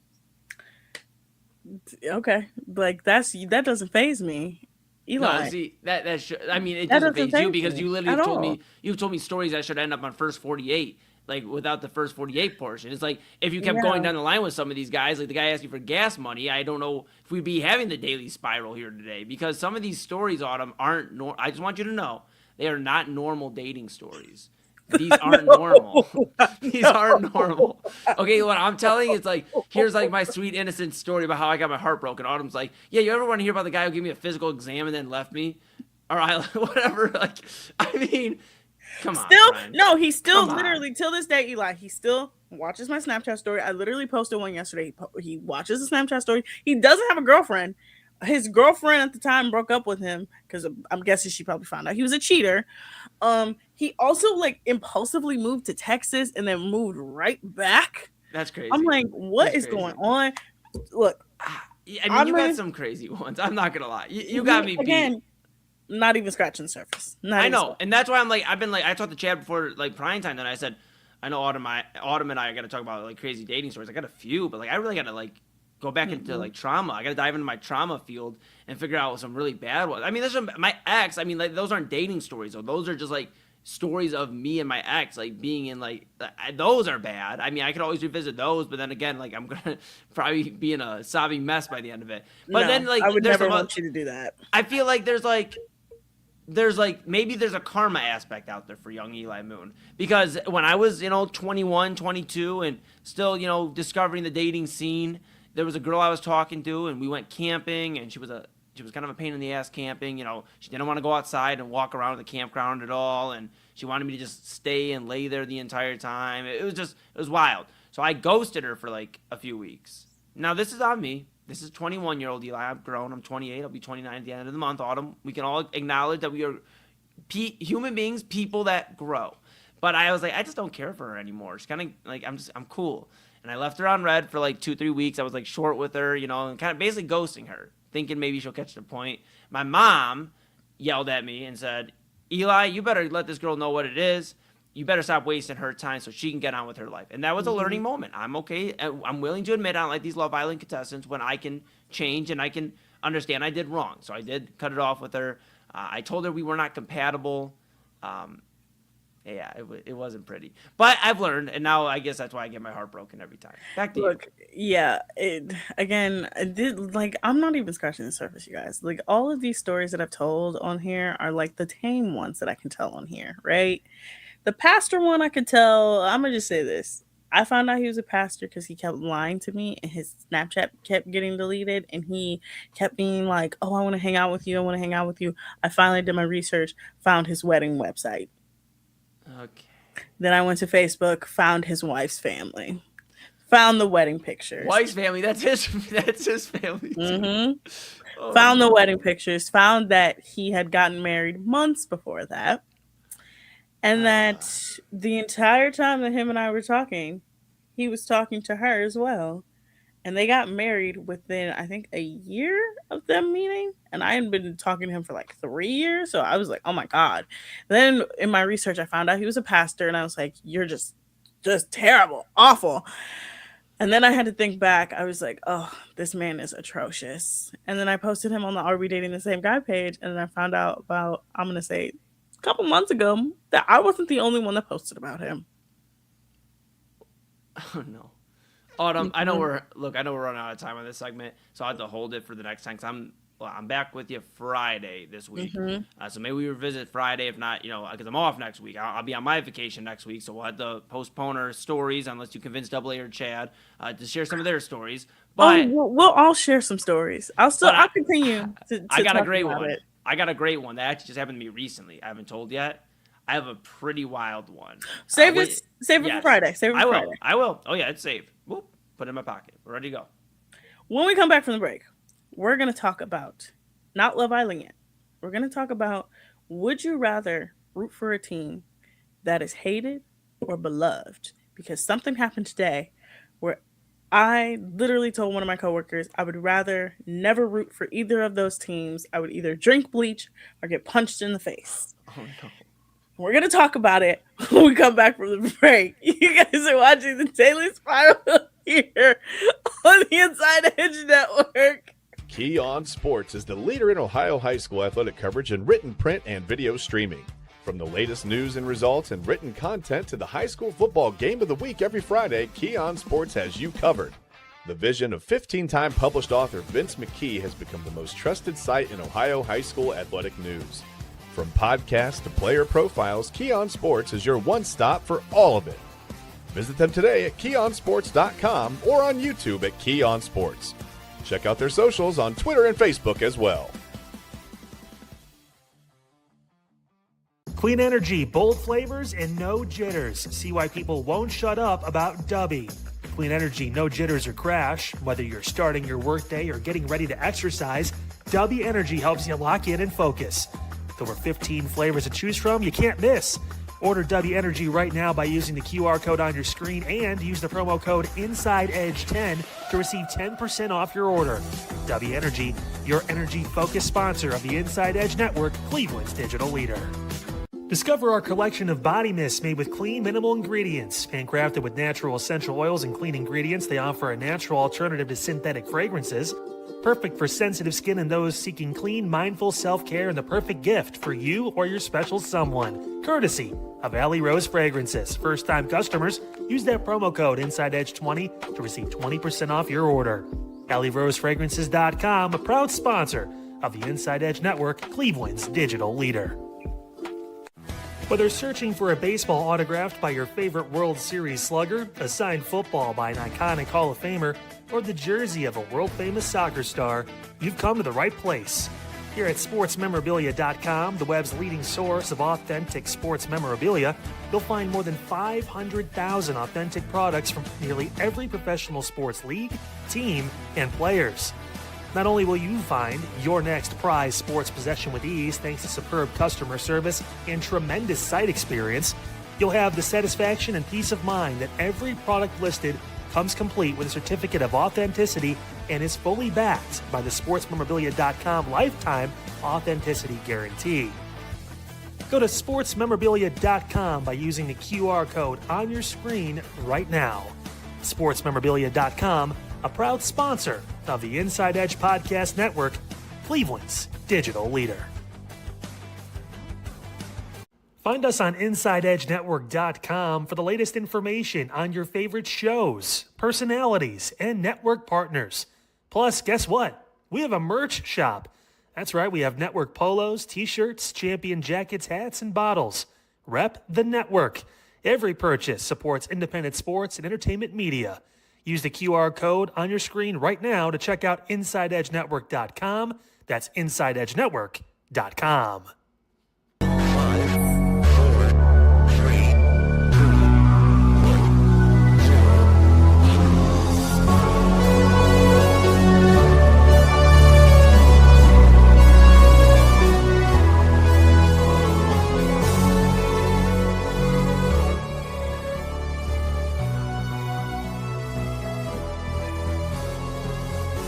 All right, welcome back, everyone. I proposed a question.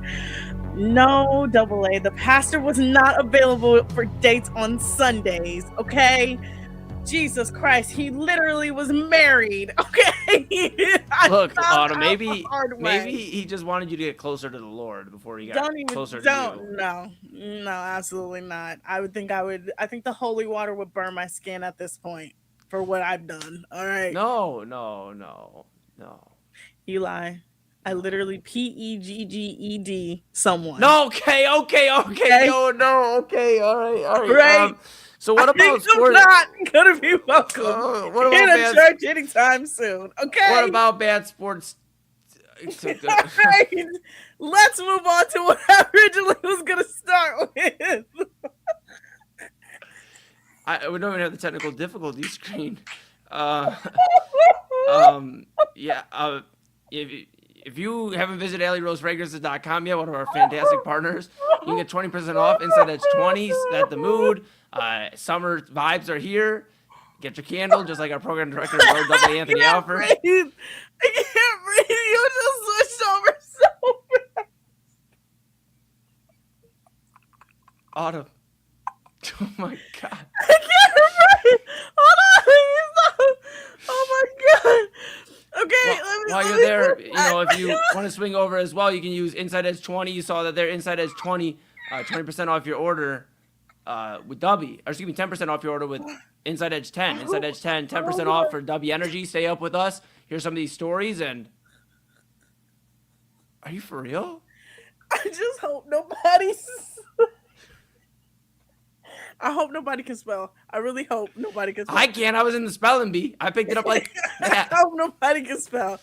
Anyway, let's get to what I originally wanted to get to before I had to literally tell you why I couldn't be allowed in the church. Okay, yeah, maybe. Hold on. Okay. Whew. Okay. All right. So, No I was communion for at you work anytime soon. earlier Okay. today, and we've Yes. been playing the World Cup all week, right? Well, since the World Cup has gone on. We know U.S. lost to Belgium. Kind of expected it. I was actually surprised they got as far as they did. I kind of expected them to be out a couple games ago. All right.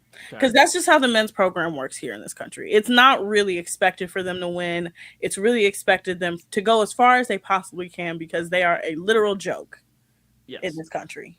Yeah. They couldn't even get to a bronze medal game in the Olympics. Like, come on. I mean, it's tough, and you would hope, first off, Balogun seems like he's definitely somebody you can build around. Pulisic's got a lot of questions now with, the injuries and not being available half the World Cup and then not playing well in the times he was in there. And then, the comments yesterday about, well, at least he can rest now. It's like, that's not what you want to hear right after a World Cup run. So, you would hope that, maybe more people are being inspired, for soccer. And this may not change by 2030 autumn, but, maybe in 2034, 2038, that's going to be really the time. It's going to be probably the next decade where some of these kids are going to have to grow up and, fall in love with soccer during their teenage years to go do this. So, yeah, a little disappointing, but, Kyle covered it even yesterday on Midnight Run. Said, when these European teams come into play, they just love soccer a little bit more than we do. It's like we love football and basketball. Yeah, so the thing is that their sport of choice, like our sport of choice is football. It's football, it's basketball, it's baseball. Hockey's kind of there. You would get at least 10 sports before you would get to soccer or football in this country. But I was having a conversation with one of my coworkers, and I was like, yeah, Argentina and Egypt are playing. I was like, this is literally like wanting to be punched in the face or wanting to drink bleach. One country is full of like racists who are just the worst kind of people, like the worst. The things that they were doing at Cape Verde was just disgusting. And then you have Egypt, who doesn't think they're African. So I was like, would I rather root for a team that is just hateful, spiteful, like it's like, ooh, I hate you, but I know you're talented? Or would I root for a team that I'm like, you know what, I love you so much and I would do anything for you. You are my favorite. And I think it would be the latter, because I just cannot root for evil. As much as I say I'm a man hater, I'm not evil. To me, Argentina is just evil. Argentina is just an evil team. Like nothing that they do is like nice.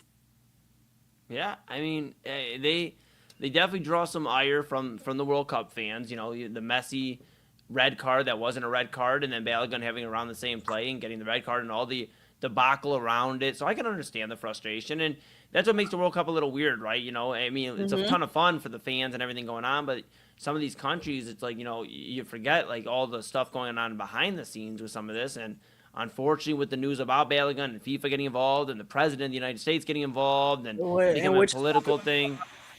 Yeah, it becomes a big political thing.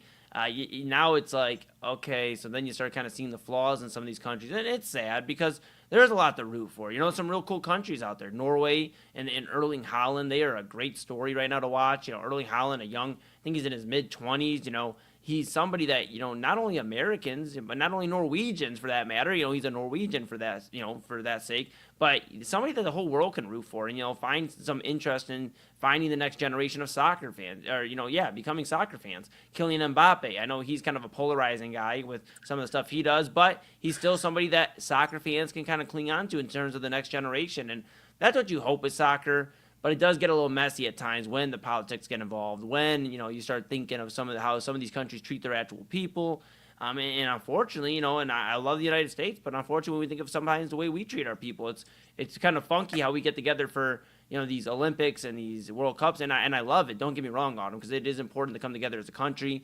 I think when we do actually unite, when will that happen? I don't know if it ever will. But when we do unite, we are a very strong country. And when we come together for these events, it's beautiful because a lot of times, it doesn't matter who you are, what you are, whatever. People can come together and unite, and it's a beautiful thing. And then you get all these politics and everything else, and then it just makes it so muddied that it gets tiring. It gets real tiring. So, yeah, it's a weird spot to be in. I'm with you. I don't think I could root for a bad team, whether it's, on the countries in terms of the World Cup whether it's, people were like, well, the Cavs aren't any good anymore. You can root for the Warriors. And it's like, I really can't. Like, I sat there and tried to appreciate, and I can appreciate Steph Curry's greatness. I just can't appreciate them going to try to win another championship. When they won in 22, it drove me nuts. So I'm right there with you. I'd rather be, I spent a lot of years losing, watching good basketball or watching bad basketball, missing out on good basketball, watching Christian Iyenga and Antoine Jameson and young Kyrie Irving. So, I understand what it's like to root for your squads. Tyler Zeller, yeah. Anderson Varejao, one time he was the star player of that Cavaliers team. So, I can understand where you're at with it. I don't understand how people can, it's the same reason Deshaun Watson, we're not going to talk too much Cleveland Browns tonight, but while we're on this topic, it's like they made it hard for me to be a Browns fan, to be truthfully honest, because I love the Cleveland Browns as much as they drive me crazy, and, I think they're going to do it every year, and, as you get older, you realize they're not going to probably do it every year, but you want to root for your team, and then you have somebody with so much off the court or off the field issues with Deshaun Watson and the arguments and the morality issues, and it's just, I think there's a bigger scope. I've said it here before. I've said it across the network. I've said it on many platforms where I just feel like we need to take a look into who we are allowing into the sports realm. Not everybody, no matter how talented they are, should just get the opportunity to be a face. I'm not saying every athlete should be a role model. Every athlete doesn't have to be a role model. If so-and-so doesn't want to be a role model, just wants to play good football and have a good career and stay out of trouble, then so be it. You don't have to be a community leader, but you have to have some sort of morals, because at the end of the day, kids, teenagers, they are turning on the TV every Sunday to watch with their dad and their mom or whoever, their uncle, watching football, basketball. They're doing the same thing, baseball, the same thing. And we have to have guys that we can look at and go, hey, you know what?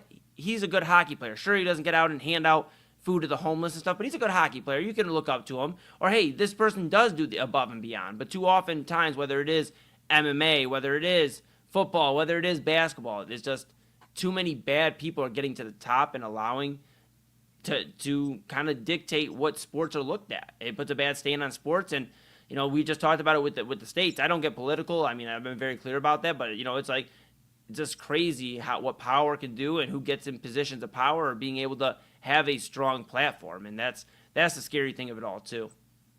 Yeah, honestly, I kind of feel the same way. It's like I have an enemy that's in my head. I hate him. I will never not like him. He's someone that every time he's on a team, I will always root against that team. That person is Jameis Winston. I truly do not like Jameis Winston. I watched a documentary in college called The Hunting Ground, and I found out that he sexually assaulted a woman in college, and that the woman then had to proceed to sit in the same classroom as him. And then she had to sue the school to get out of that classroom with him. And then her name and all her information got leaked, right? And she was dragged through the mud by pundits like Stephen A. Smith and Skip Bayless and fans of Florida State. And every time he comes on my screen, everybody's like, oh, it's Jameis. He's funny. I'm like, no, he's actually like a predator. He's actually like a terrible person. But you won't admit that because you like him. And so that's the thing that, like, when I looked at this game today, I was like, Argentina fans love this team, but this team is just full of terrible, awful people. And then I'm like looking at Egypt and I'm like, y'all don't think you're African, but you're not as bad as them. So it's just like, it was one of those things that popped into my head. It was like, would I rather root for a team that like is where I'm from, it's my pride and joy, but I know they're terrible, or should I go with the other team that I'm like, they're not that bad. They're not that terrible. Like they're all right. Yeah.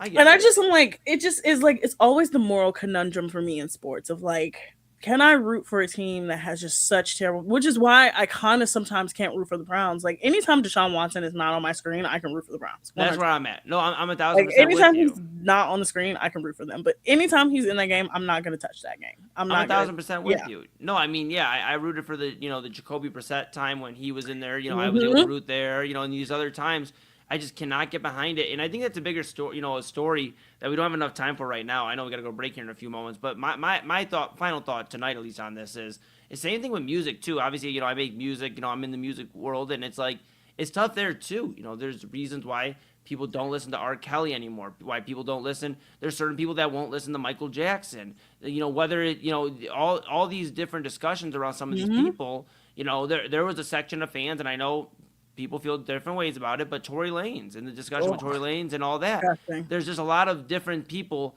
that won't listen to artists or have that moral conundrum because they make good music, but maybe it's not for them, they don't lie. So I think it just comes back to a stronger point of we got to be careful as not only just Americans here in the States, but we got to be careful as a world in terms of who we're putting in positions of power, whether that's political power, whether that's celebrity power, athletically, musically, whatever, Autumn. I think we just got to be careful with who we put in power because, I do worry about, I have a niece and a nephew. I don't have any kids of my own. I have a niece and nephew.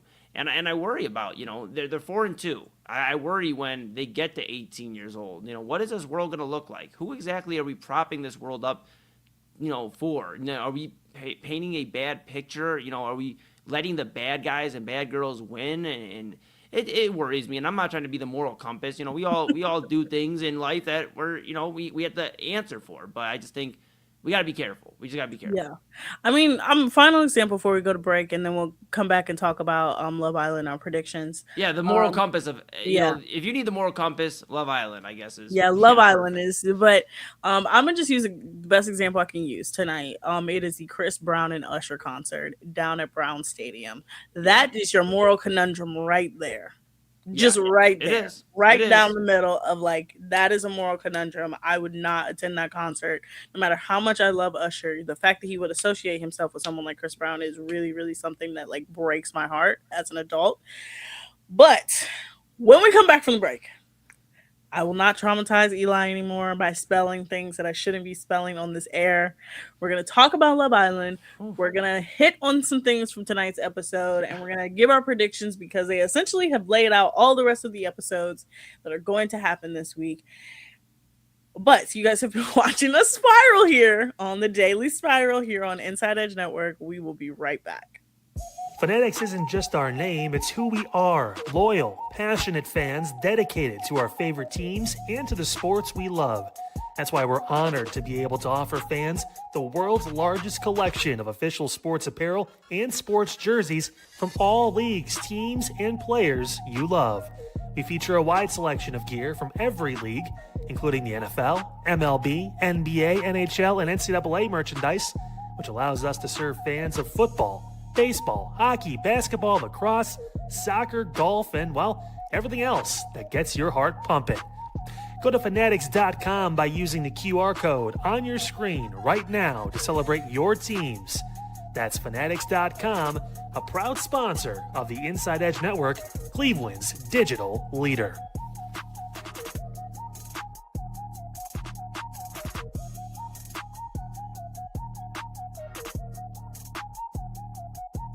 Small business owners are superheroes, but nowadays running your business means doing so inside your shop and on social media.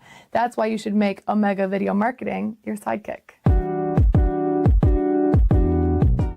With a decade of content creation experience, I create dynamic, informative, and fun videos for your specific social needs that will increase brand awareness, get you more followers, and keep your social pages and websites current and fresh. I offer flexible pricing and turn times and will work with you to understand your brand and your story. All of that comes from the heart. My award-winning expertise is just the cherry on top. So let's get connected. After all, your brand is the alpha and my expertise is the omega. Discover our collection of handcrafted candles. That's right, every product is thoughtfully created in small batches, free from harmful toxins for mindful everyday indulgence. Our candles are hand-poured in coconut soy wax with natural wood wicks, offering a long-lasting burn and rich fragrances. Create a cozy, safe ambiance for your home with candles from Alley Rose Fragrances. First-time customers use the promo code InsideEdge20 to receive 20% off your order. AlleyRoseFragrances.com, proud sponsor of the Inside Edge Podcast Network. Mosser Moments Photography is a husband and wife wedding photography team based in Cleveland, owned and operated by Inside Edge Network's very own Ryan Mosser and his wife Hallie. For the past 10 years, they've captured more than 100 weddings across Northeast Ohio and beyond, always working together as a true two-person team. Their style centers on authentic, emotional storytelling, documenting the real moments between two people in love and creating images that feel natural, comfortable, and true to the couple. Rooted in Northern Ohio but inspired by their travels, Ryan and Hallie bring a warm, personal approach to every wedding day. Their work blends experience, consistency, and a genuine passion for helping couples relive their best day through timeless photography. Learn more at monstermomentsphotography.com by using the QR code on your screen right now. monstermomentsphotography.com, a proud sponsor of the Inside Edge Network, Cleveland's digital leader.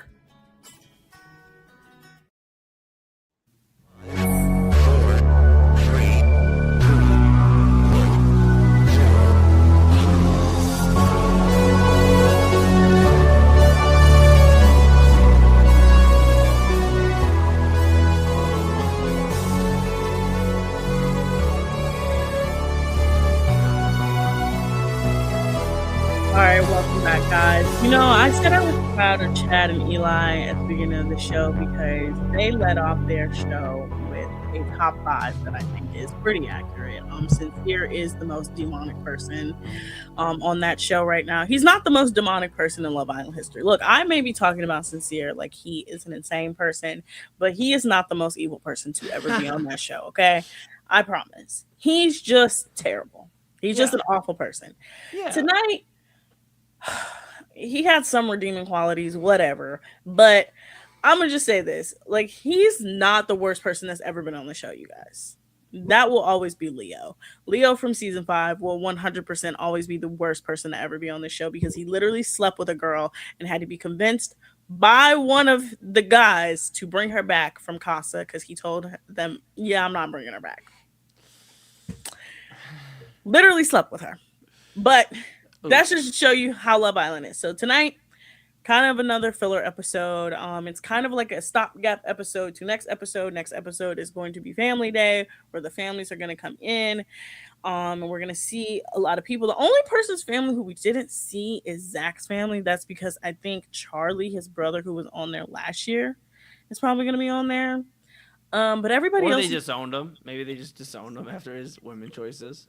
Charlie's too busy bragging that his brother and Kata are the top couple. He's too busy bragging. He's the worst.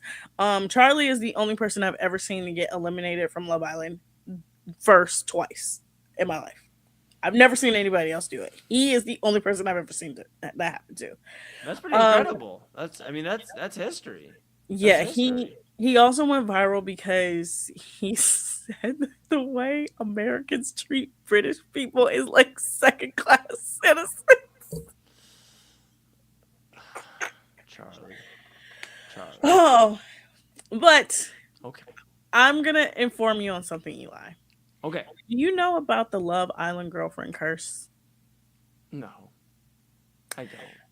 I'm going to teach you a little bit because this actually informs you of tonight. So, being that this is the last week, and this always happens, this literally happens every single time, before the last vote, the last public vote, there's always 2 couples that always are like, you know what? Let's make it official. Let's make it exclusive, right? Every single time this happens. It's always a guy who was involved with a long-term relationship, found a Casa girl, and was like, this Casa girl is the love of my life. I love her to pieces, right? And then it's always an OG couple. It's always something, and it's the OG couple that always has issues, right? Okay. Every single year, without fail, the last week of the show, both of those couples decide to make it official. And every single time, without fail, both of those couples almost every single time end up eliminated. Okay. Last year, it was Taylor and Clark and Ace and Shelly. Both made it exclusive, boyfriend-girlfriend. Within days of each other, both let go before the finale. Can't do that. Year before that, Aaron and Kaylor. And then, no, it was just Aaron and Kaylor. Yeah, because none of the Casa girls stayed around. They were also booted right before the finale. Year before that, we had Keenan and KK, same thing, and then Johnny and Scott, same thing. Like, it's just year after year. And so tonight we had that happen once again. One of these 2 people is going to get the boot, and unfortunately, I think it will be Casey and TT. So Casey and TT made it official. Their boyfriend and girlfriend. This is after he said he woke up and said, and I quote, "I was so happy that I looked around and I didn't have to hear their voices." and then he said he was the prize, and that she lifts him up. He's the prize, and then he put out a little scavenger hunt. And I'm gonna just say this, Eli. Unfortunately, this is not a me hating on KC thing. This is a thing that just happens every year on Love Island. It's always an OG boy and a Casa girl that make it official, and almost every single time they get booted from the villa because the audience is like, "I'm not feeding into it." Look, I'm not saying that they break up. I'm telling you, they're winning the show. They're winning the show. Not even close. I would put at least 3 different couples before them. I know you would, but we're talking to America here, and I'm telling you, they're winning the show, and I stand on it. I've never been more right about it. Unfortunately, the last week exclusive curse hits everybody like a truck. Either one of two things happen: they get booted from the show, or they don't win. It happens every single time.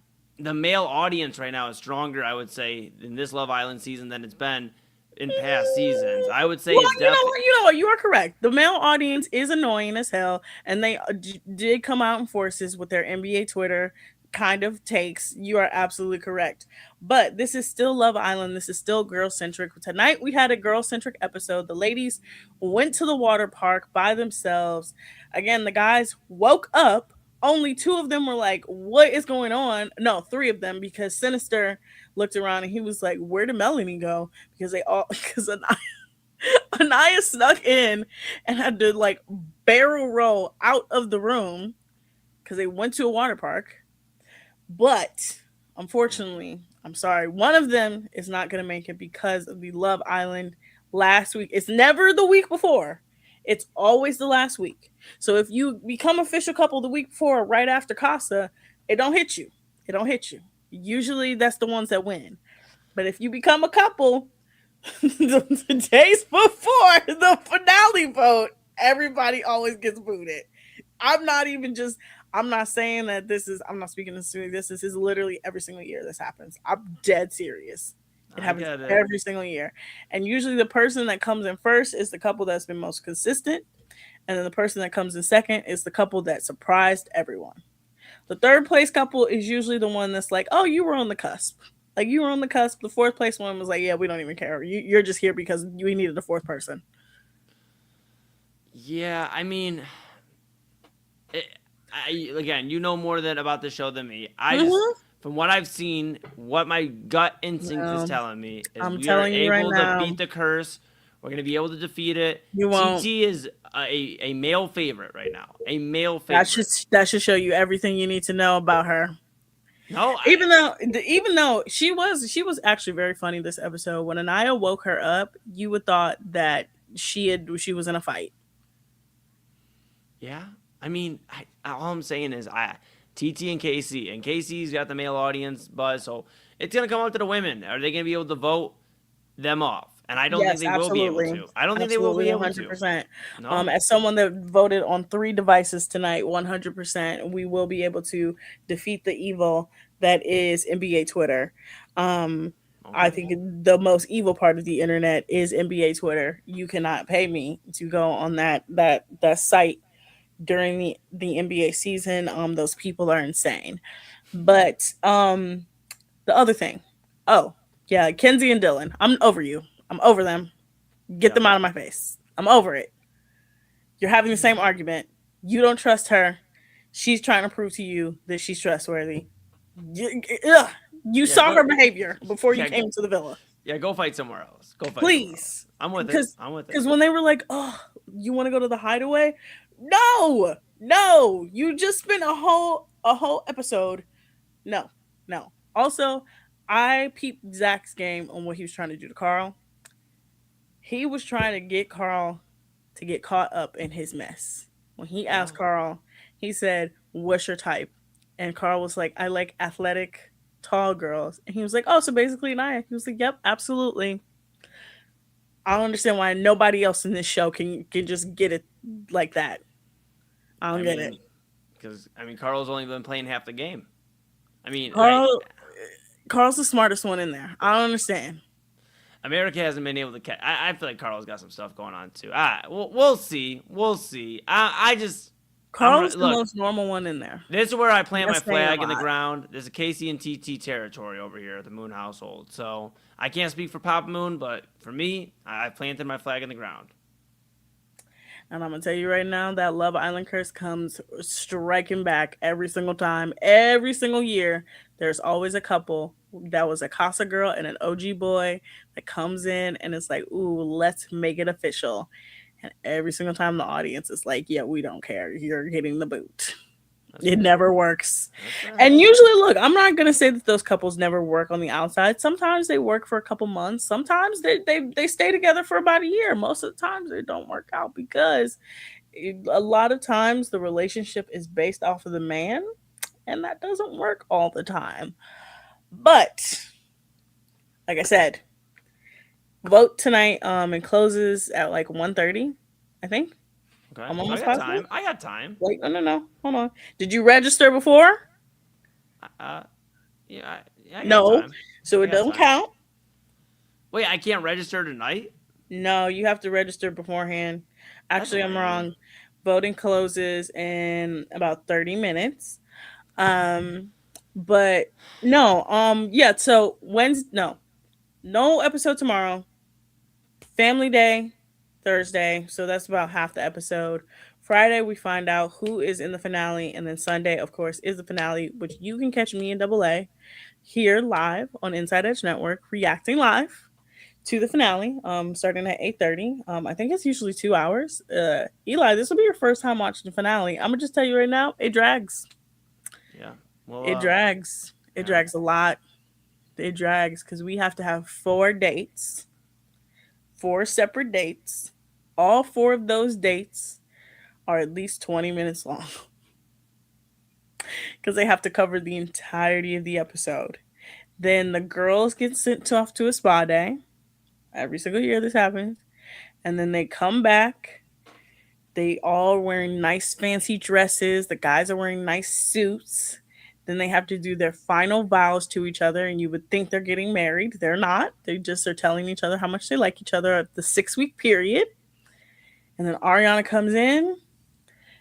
They find out who is 4th place, 3rd place, and then they find out the winner. And then the cherry on top, they then have to pull a card to see if they are going to split the money or if one person is going to keep the money. And that's how the season ends. Crazy. Every year. Crazy. Every year. But before we go, there is one more thing I want to talk about Love Island related. Mm-hmm. This week on After Sun is going to be a funny week. Corbin and Parmita will be on After Sun. Corbin and Parmita have their phones. How many AI jokes do you think he's gonna tell? Too many. Not enough to be sick of him in the first 10 minutes.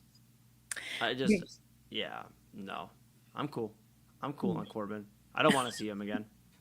You don't want to see him sing baby be a billionaire, every single time I see that video. It is hilarious. Yeah. Hilarious. Well, we'll see. We'll see what's going on. I planted my flag. I know we're all getting our thoughts on the Final Four. But, I'm going to hand it back to you because I have no more of the Love Island thoughts. Casey and TT. I don't know how many, TT and Casey and TT, KTT. I don't know what you want me to say. They are the team. No, unfortunately, they're probably going to get hit with the Love Island curse. Now, I'm going to give you my good spiral and bad spiral before Kyle Cornell comes in here to do Double A's crack show. Double A's crack show, yeah. Okay. Not so much a crack show when Kyle does it. No, Kyle is normal. He has a normal midnight run. That is the first time anybody's ever said that. Kyle Cornell is normal. Double A is over here making coffee. He's over here eating chicken. He's over here eating honey buns with peanut butter. We just need normal energy at 12 o'clock. Okay. All right. I want a bacon glazed honey bun again. Okay, go ahead, Autumn. Good spiral of the day. The first half of the game up until 13 minutes that Egypt was up 2-0. That was the best part of the day, because I really thought Argentina was going to lose. Oh, it was going to be so great to watch them lose. It's going to be so great. That's my good spiral of the day. Bad spiral of the day. The thing I don't want you to go down the rabbit hole. Stop taking away my sites for books. I thought I told you this yesterday. Everybody keeps naming the site online, and then I saw on Twitter today a little headline that said the name of the site was shut down. Stop sharing it. Some of us want to pirate our books in peace. Okay? Yeah. Stop it. Yeah. Don't keep sharing it. Okay? I'm with it. Yeah, I took my notes. Now tomorrow, here on the Day Spiral, there's no Love Island recap, but we will talk about Love Island because I will talk to Chad about his list because I want to understand how he came up with the list. Okay, I'm proud of him. He will still be getting the quiz. Sorry, Chad. And I will still be spelling out what I spelled out for him because he said he missed what I spelled out at the beginning of this. Okay. I'm saying I don't. Once again, I'm sorry, you guys. Like I said, I will not be allowed in the church anytime soon. But I will see you guys tomorrow. All right, and that's gonna do it for Autumn Chisholm. Bye, guys. She'll be back tomorrow. We're gonna do some spring cleaning here real quick. Let's rents due. I don't have it. Okay, still don't have it. All right, we're gonna hear station identification, and then it is time for Midnight Run with Anthony Alford and special guest host Kyle Cornell. So don't go anywhere.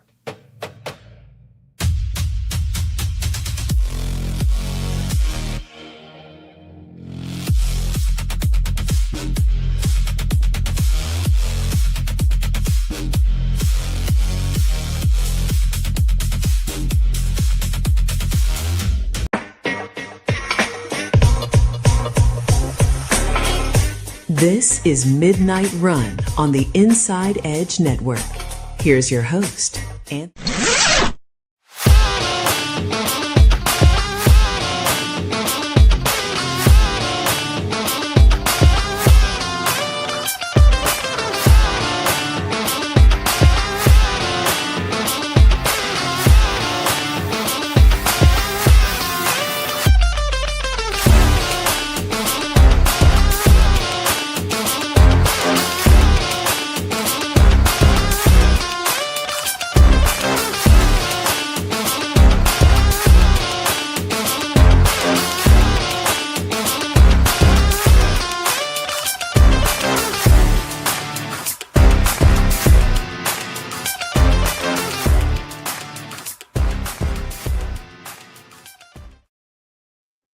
You know, somebody's got to tell Autumn that I am not normal. Welcome in, guys. It is Midnight Run, a special edition hosted by yours truly. So happy for you guys to be here. And as if you watch the Side Hustle Wrestling podcast, which airs Friday mornings on the Inside Edge Network, aloha, mother fathers. It is midnight. We're moving in from a late Tuesday into your Wednesday morning. So happy you guys are with us. I should have really played into this when Autumn was talking about that and left, went to the closet really quick, came back, threw on the Hawaiian shirt, halfway opened up, just full on sending it. But I stuck with just the hat because I have to be somewhat normal, apparently. Now I have a reputation to uphold with all this. We have a reputation here at the network, guys. We do a great job. And if you always want to know what's going on, make sure you like, subscribe, punch that notification bell at Inside Edge Net across all the different social media platforms you see right there, bottom of your screen, YouTube, X, Facebook, Instagram, and TikTok. Don't forget as well, check out our website, InsideEdgeNetwork.com. Great one-stop shop for everything we have going on here at the Inside Edge Network right there on our website. And download our app on Roku. Just search Inside Edge Network on the Roku app. Take us wherever you need to go right there at your fingertips. Inside Edge Network on Roku. We got a lot to get into tonight, guys. I purposely put off watching Monday Night Raw. I don't know if there's any wrestling fans out there, but last night until after the show. So I didn't get to see all the craziness that happened beforehand. Eli did. We were talking a little bit about that. Tonight, we're going to react to some major things that happened last night in the pro wrestling world. Got to talk about Live Golf. They're in the news again. A crazy situation. They just can't stop getting sued, apparently. Also, hey, some check-ins on some major tournaments. We're going to talk Wimbledon. We're going to talk FIFA. We know now we're down to the final 8 It's a huge thing there. And Adam Sandler, there is a reason why this guy is my GOAT. We're going to talk about him coming up at the end of the program as well, because he just keeps doing things that just make me smile. But first, it is the big story here in Northeast Ohio today. No, it's not Browns, because let's be honest, even when the Browns play on Sundays, you don't really want to talk about them. It's the Cavs, and it's Donovan Mitchell. He's re-signed a 4-year extension, a max contract extension that will take him through the year 2031 here in Cleveland on a player option. He is back long-term in Cleveland. Was it the signing you were expecting to hear about today? We kind of joked about this, me and Double A and even Eli, for a certain point. Like, hey, this feels like the time now where LeBron will make his decision. We looked it up last night. July 11th was the latest LeBron's ever made a free agency decision. I think that was the actual decision back in 2010 when he left Cleveland the first time to go to Miami. Expect that, I'd imagine, inside that date. We're already here on moving into, the 8th. So it should be coming any day now, I would imagine. That being said, this is big news for the Cavs. They get essentially their core two. I'm going to exclude Jared Allen and James Harden for a second, but Donovan Mitchell and Evan Mobley, I think everyone kind of knows. These are the two pieces that are the most valuable on the Cavaliers team. Donovan Mitchell, an incredible career. Some are arguing right now possibly the second greatest Cavalier of all time already. Despite only being here for 4 seasons, 4 playoff berths, he made it to an Eastern Conference Finals this past year. A multiple-time All-NBA player, multi-time All-Star. He has been able to really kind of course-correct Cleveland in a situation where they were kind of lost for a little while there. He figured a way out to get them constantly in the running, constantly in the playoff picture. He's locked up till he's about 34, 35. He's 29, turning 30 this year. I don't mind the move. I think Chad at the beginning of Primetime was talking about how, I don't know if it's a sign and trade or whatever. They're not moving these guys. Evan Mobley and Donovan Mitchell aren't going anywhere. And honestly, I kind of saw this take earlier and I thought about it, and you know what? It makes some sense. The Cavs being able to keep their core 4 people. That's no longer the core 4 because that was Darius Garland. He's out. I'm going to say core 4 players because James Harden's included in that now.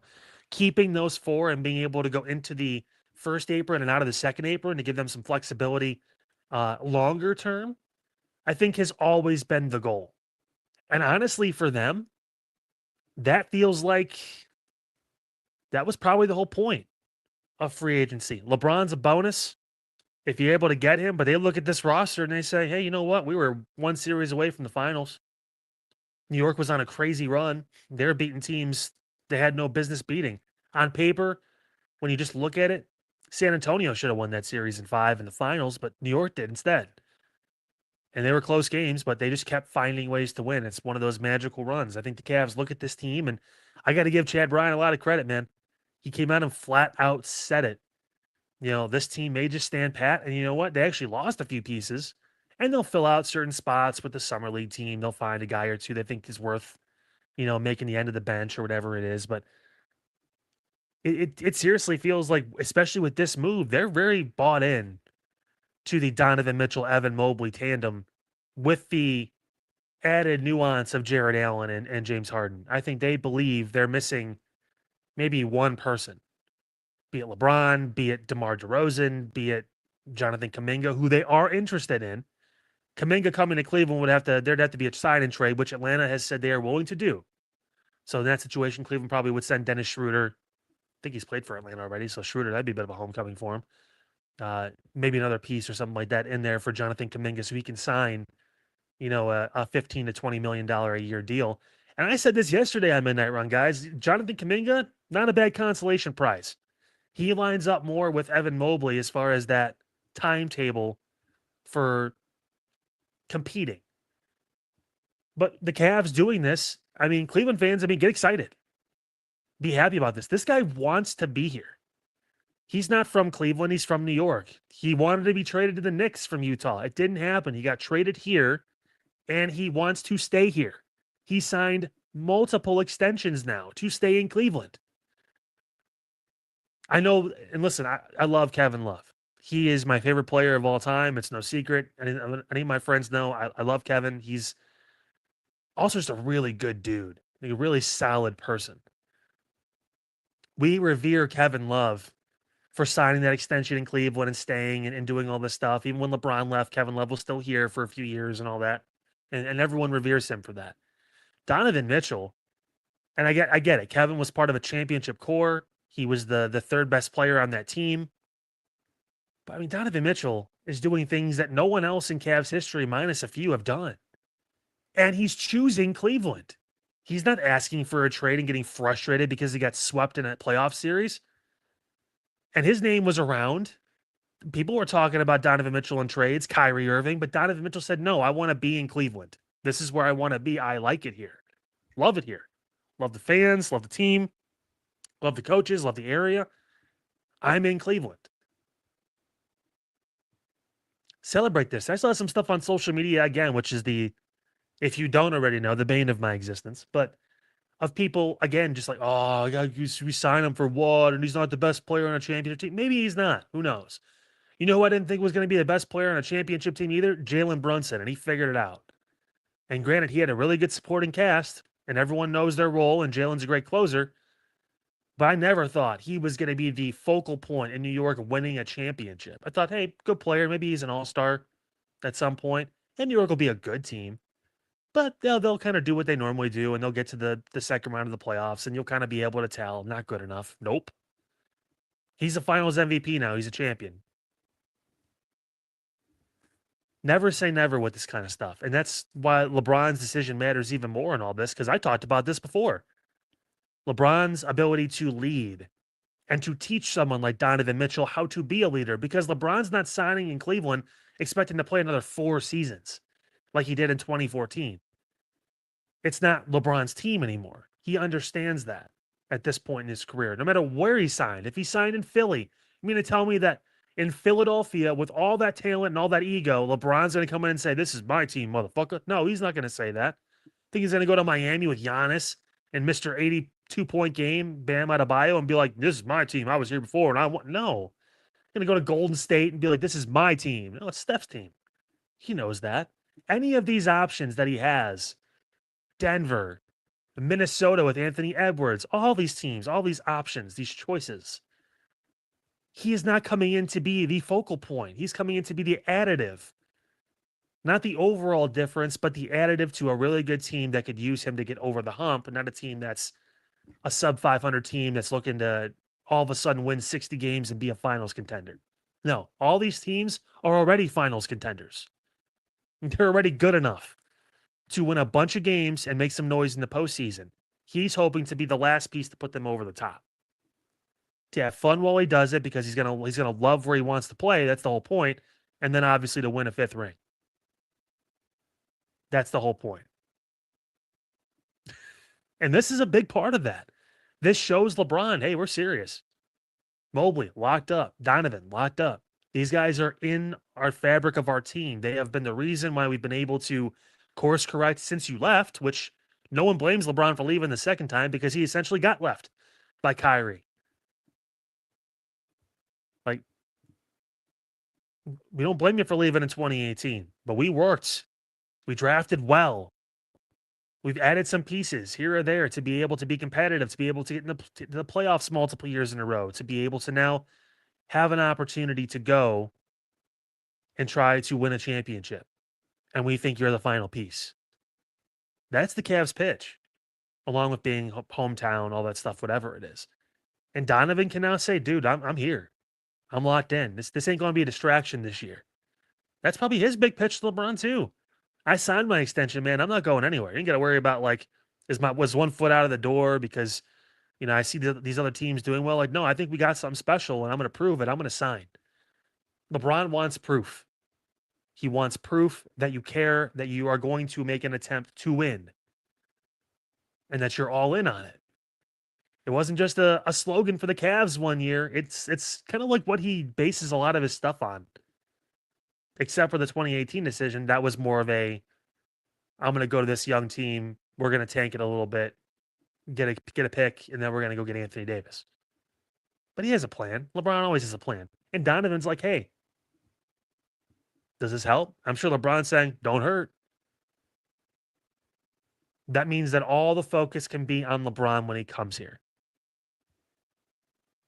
It's not going to be on, oh man, Donovan didn't sign in the offseason. Is he going to sign the 5-year, $350,000 million bajillion dollar deal this offseason? Is he going to leave Cleveland? Is he going to walk away? No, it's going to be when they go into the season. Evan Mobley's under contract for the next 3 seasons. Donovan Mitchell's under contract for the next 4 seasons. Jared Allen still has a couple years left on his deal. James Harden renegotiated his deal. He's not a distraction anymore as far as the contract is concerned. He took a team-friendly deal.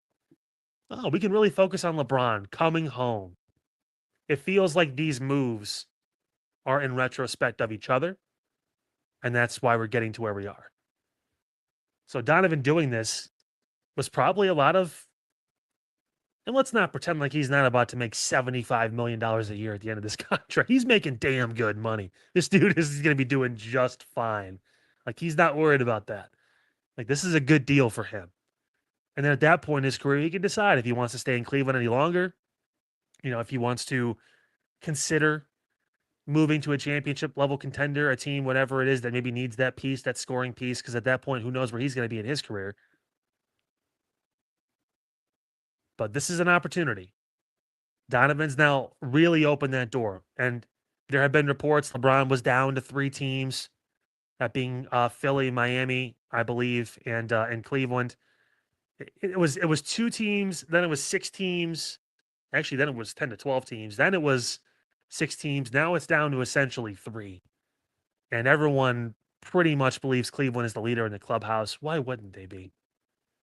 Why not? Because now, even if LeBron loses, he can say at the end of this upcoming season in Cleveland, if he does retire, which who knows if he's going to or not, he can say, I put the pieces in place. I gave Donovan the mindset. I taught Evan Mobley how to be a killer and how to be more aggressive. I played basketball with James Harden, something that I was excited about doing. Even though I love Darius Garland, I think James Harden's a great player, whatever. He can say those things. And he can also be the ultimate good guy at the end of the day and come home. People around the league will love it. It's a story the NBA will love. And it would make a lot of sense for LeBron to do this and for the Cavs to at least get to the finals in what could be his last season. Could you imagine LeBron on the stage? Donovan Mitchell wins finals MVP because he had one 40-point game in the finals and he scored like 15 points a game the rest of the finals. But that one game, holy shit. LeBron looks over. He's like, I'm passing the torch. I'm going out like Peyton Manning, that kind of thing. I'm hanging it up. I did everything I could. Brought Cleveland a second championship. It almost writes itself. And he's not going to have that kind of storybook if he goes to Miami, if he goes to Philly, if he goes to Golden State, Minnesota, Denver, New York, any of these other cities, any of these other places. He's not going to have that ability to tell that story. And LeBron, for as great of a basketball player as he is, loves controlling the narrative and loves being able to tell a good story. And he doesn't like being interrupted. That's what it is. So now he has a chance. The runway is clear. Burke Lakefront Airport, and it's 4 planes a year that land there. They're looking real pretty for LeBron. He can land on that. He can spread his wings, lay out, all that stuff, because there's no more controversy in Cleveland about who's staying, who's going. They're all under contract. Now it's up to him. Donovan Mitchell took that door that was open about halfway and pushed it open the rest of the way and said, come on, walk through. And LeBron just might. The big question, when he walks through it, is he going to hit his head on the top? Or is there going to be enough headroom to be able to walk through smoothly and be able to walk into retirement at that point, holding a championship? We'll see. But it's a big first move in a very uneventful offseason for the Cavs. They end up signing their franchise player to an extension that proves they're all in on this season, the next season, and the following season. The next 2 to 3 years, especially because of the way the East is now laid out. Indiana is going to be better, but how much better? Is Tyrese Halliburton going to be able to bring it back to what he was? He's not going to have some of the same pieces around him. Orlando's in transition with a new coach. Miami's got to get acclimated with these new guys, and fill out the rest of their roster. Boston's going to be the Jason Tatum show. Is that enough in Boston to be able to win? New York lost one of their heart and soul type pieces in Mitchell Robinson. Is Andre Drummond going to be enough to replace that at this point in his career? Washington, are they going to be able to stay healthy with that group, with Trae Young and Anthony Davis and those guys? Toronto, can they stay healthy with a young core built around Kawhi Leonard? The next couple seasons are Cleveland's window. It's now. It's not 3 years from now, 5 years from now. It's like next year and the year after, are the 2 years where the Cavs can do this. They can at least get to the finals. I don't know who they're going to run into. Because, again, San Antonio and Oklahoma City are still two better teams than Cleveland. I wholeheartedly believe that. But once you get there, anything's possible. So there's an opportunity. There's an opportunity for this to do something. Shit. No, we're going to have to wait and find out.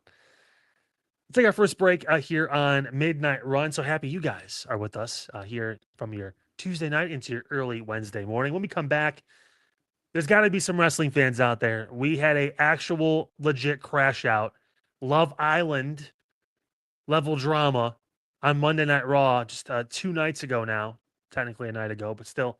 We'll dive into that and a bunch more sports topics here on Midnight Run, all along the Inside Edge Network. We're back after this.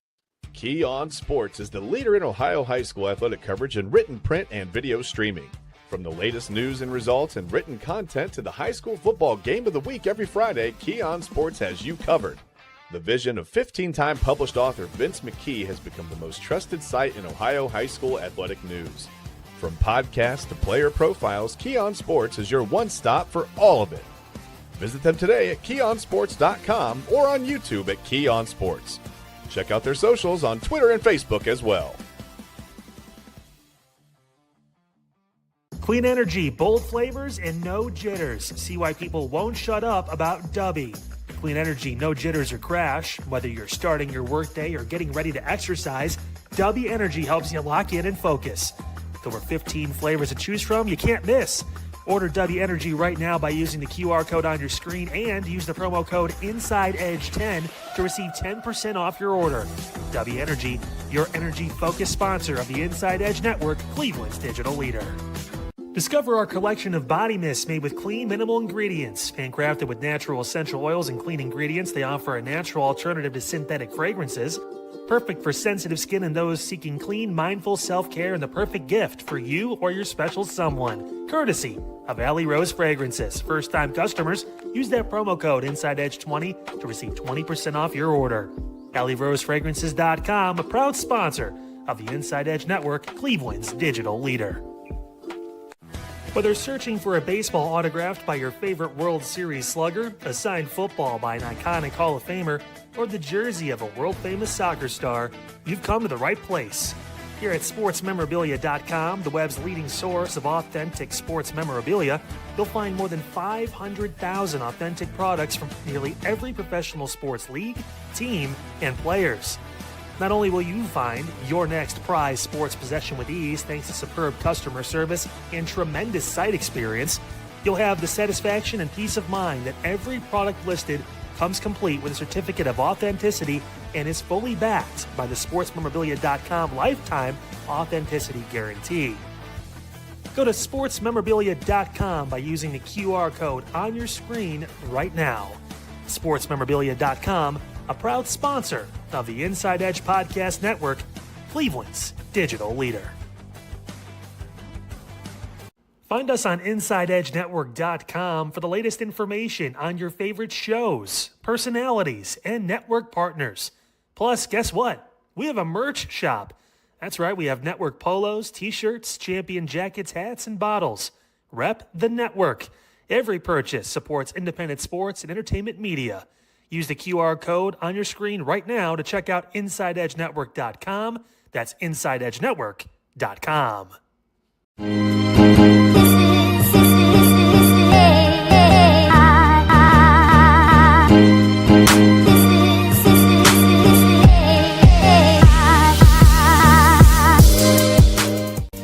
Welcome back to Midnight Run, right here on the Inside Edge Network. Here's your guest host, who is slightly more attractive and significantly taller than Double A, Kyle Cornell.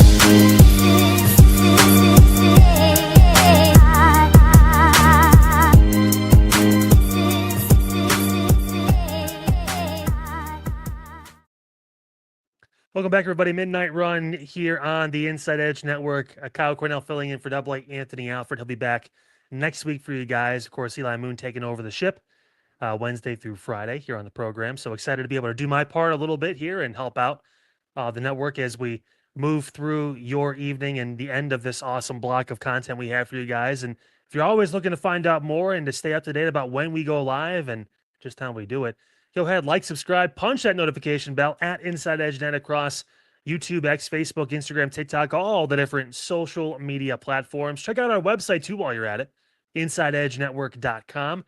Great one-stop shop, show personalities, the full schedule rundown about when we go live, all that good stuff, and the merchandise store, too. Don't forget about that. Great opportunity to be able to support local grassroots media just like us right here and buy that Inside Edge Network gear. You saw Chad Bryan earlier in the night with a cool Inside Edge polo. We got that, shirts, hats, coffee mugs, windbreakers. It was kind of chilly here in Cleveland this past day compared to the previous one. So take advantage of that, InsideEdgeNetwork.com, and take us anywhere on the Inside Edge Network app on Roku. Just download Roku, whether you have a TV, whatever it is, or if you have it on your phone as well, like I do. Search Inside Edge Network on the app. Take us wherever you wish to go. And Double A's telling me he's going to share his thoughts on these rejoins next week. Here's the hoping that he'll eventually just forget about it. I said this last night. Like, when I do something like this, when I fill in whatever it is, I try to put my own spin on it and make it a little like fun, entertaining. It's really easy just to keep the same stuff and do the same intros or whatever it is, and you're just like, oh, okay, whatever, and like that. But like, why not have some fun with it? Especially because it's only for a few nights. It's a special guest host. It's not a thing where I'm taking over. This is still very much his show, but a little bit of flavor, man. A little bit of, and he knows for me being on Unfiltered at 5:00 here weekdays on Inside Edge Network. Again, a bit of a break this week. It was my vacation week, but filling in because team needs me. This is actually a spot where I get to go a little more loose cannon and I get to talk about sports and all that. It's my background. It's where, I've built a lot of my, not only my following, but a lot of my career. A lot of my references are sports references. I mean, besides the news stuff, sports was a big part of that. And when I was in news, I was doing a lot of sports related things. So I was in the Cavaliers locker room in 2017, the year after they won the championship. I was covering the All-Star Weekend in 2019 here in Cleveland, when the then Indians were hosting, All-Star Weekend and the festivities and all that. And it's a great opportunity. So I appreciate being able to do this for you guys and putting a little twist on it, because again, why be boring? Why do the same stuff over? Like, that's Double A's thing. That's his show. He's going to be able to take that back over and it's great.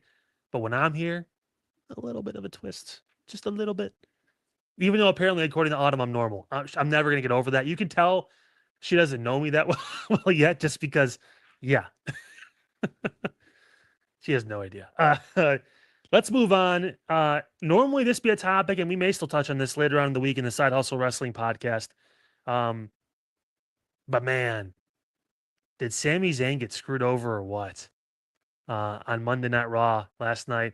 That's the quote. Hey, Eli, before we look at that again, let's play the video that WWE released earlier today from Sami Zayn after Monday Night Raw when CM Punk came back and ended his championship reign, his first ever, in just 9 days. Take a look. I have a question. Come with me. I have a question.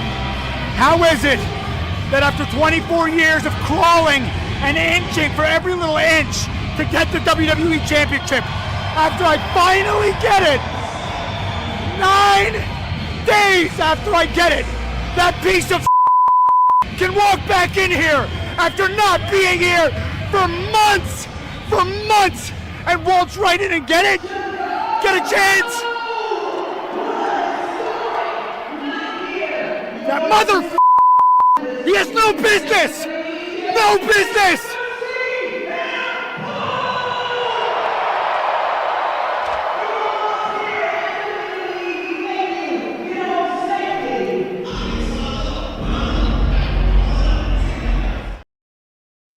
Ouch. Ladies and gentlemen, there's a problem in the villa. My goodness. One, Sami Zayn is great at this pro wrestling thing. I give him a lot of credit. Made me feel every inch of that. I think it was ironic, Alicia Taylor in the background as soon as he's done on that tangent and calling CM Punk, which, again, courtesy of WWE, that video, I can say because we are streamed on this show, called him a motherfucker.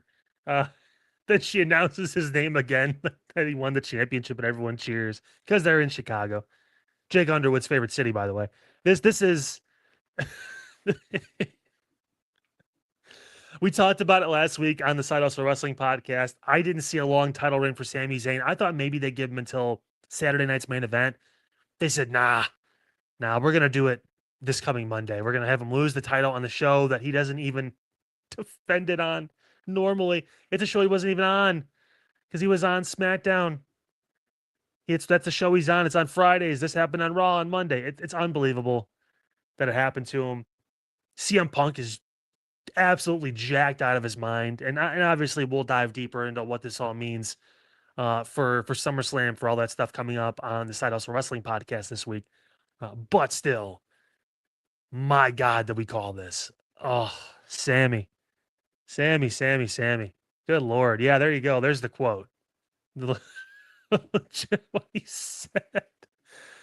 Oh, he does something that very few professional wrestlers can do. And if you don't watch pro wrestling, it very much is like Love Island, except a lot more physical. The people are in really good shape and they actually do stuff. They don't just sit around and talk and make out with each other all day. Like they actually do full on things that are dangerous, that can hurt themselves. Not just their feelings, but still. This dude is one of the better people at just making you feel his agony, his pain, his suffering. It's like, oh my goodness. What do you mean? What do you mean I lost the title after 9 days? This dude's been wrestling for 20 plus years. Finally gets the championship. And if you saw what he looks like, not only in that picture, but in general, he kind of looks like a homeless man. So there's a reason why he hasn't projected the image of a normal champion. When I say someone, a star in pro wrestling who crossed over and was a big deal, you guys probably think of like the John Cena's, The Rock, that kind of stuff, maybe even Stone Cold to a point. He don't look like them. He really doesn't. Like, so him being able to break through and get that championship, listen, 9 days is 9 days. It's not the shortest title reign of all time. It's not. And honestly, I had more fun watching Sami these past 9 days as champion than I did the previous 6 months of him just wrestling in general. So they did something for him in this spot. He can now say he's a WWE champion. He's now a Grand Slam champion, which in WWE terms, if you're not familiar, that means he's won the kind of like the mid-range title and the top title on both sides. So good for him. He's done that. And he's won the tag team championships too. He was part of a tag team for a while there. Kevin Owens, a couple of different guys. Damn. And CM Punk, man, kind of figured that was going to happen. We talked about that. You can't have a show in Chicago and not have CM Punk show up if he's under contract, because they would have lost their shit. They would have been so mad. So mad. And this opens the door because technically Cody Rhodes, who maybe some of you people also know who he is, he had technically won a shot at the championship. He got injured earlier in the night. So they get to do CM Punk versus Cody Rhodes at SummerSlam. And angry Sami is going to be putting up social media posts about, how that motherfucker had no right. I know the entire network, the people that watch wrestling, like they saw that, they had to laugh. Like it was funny, but I felt it. I did. And that just goes to show you. It just goes to show. There's a certain look, there's a certain profile they want in WWE for that top star. And Sami got a little bit of a taste.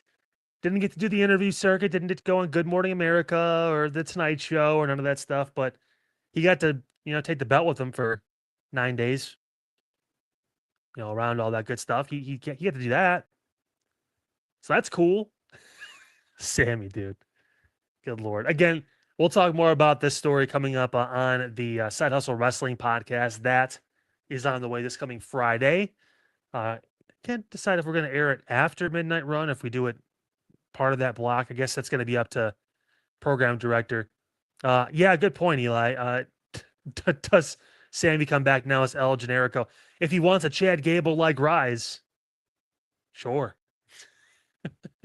But Chad Gable, though she's shorter, he looks the part. Dude's always been in phenomenal shape. You know, amazing pro wrestler, great promo. Sami, good promo, all this stuff. But I don't know where Sami goes from here. Yikes. Friday morning, Side Hustle Wrestling Podcast. We'll get deeper into all this and the implications of it, what it means for Sami, for the entire company, and all of that. I wanted to get into something a little bit serious on the show because it involves essentially the right to not play for one sport or one league and to be able to kind of diversify. And I know there's always been a lot of hate and a lot of people kind of looking in the side at Live Golf, but they're in the news again today for this new lawsuit that's come out. It's the Premier Golf League World Golf Group lawsuit, which ESPN actually published a story today as well. The suit itself filed back in April, but it's coming to light more today about what is going on.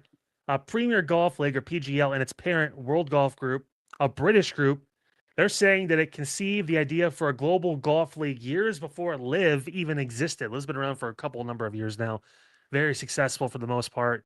It's a Saudi-backed group, so that obviously drew the ire of a lot of people. Phil Mickelson, when he wasn't inappropriately touching people at golf clubs in California, he was a part of it. John Rahm, Bryson DeChambeau, some really big names have been entrenched in Live Golf essentially since the beginning. So Live, Saudi Arabia's public investment fund, the PIF, Golf Saudi, and two individuals, former WGG founders Richard Marsh and Jed Moore, are being sued. Breach of confidence and unlawful means conspiracy, plus breach of fiduciary duty against Marsh and Moore for allegedly helping the Saudis launch Live. So some sour grapes there. The suit seeks between $210 and $630 million. Again, the complaint alleges Live Golf is essentially a copy of PGL in the concept. Shotgun starts, the original 54-hole format, team plus individual scoring, knockout team rounds, and 4-player franchises with a captain. The plaintiffs say Andy Gardner first conceived a World Golf League back in 2009, and WGG later gave PIF Golf Saudi reps access to a data room full of confidential business plans and contracts, which they claim were then used to build Live instead of investing in PGL. Commercial Court London, April 16th is when this was filed. ESPN just now being able to obtain and verify the filing as of today. So it's in the news.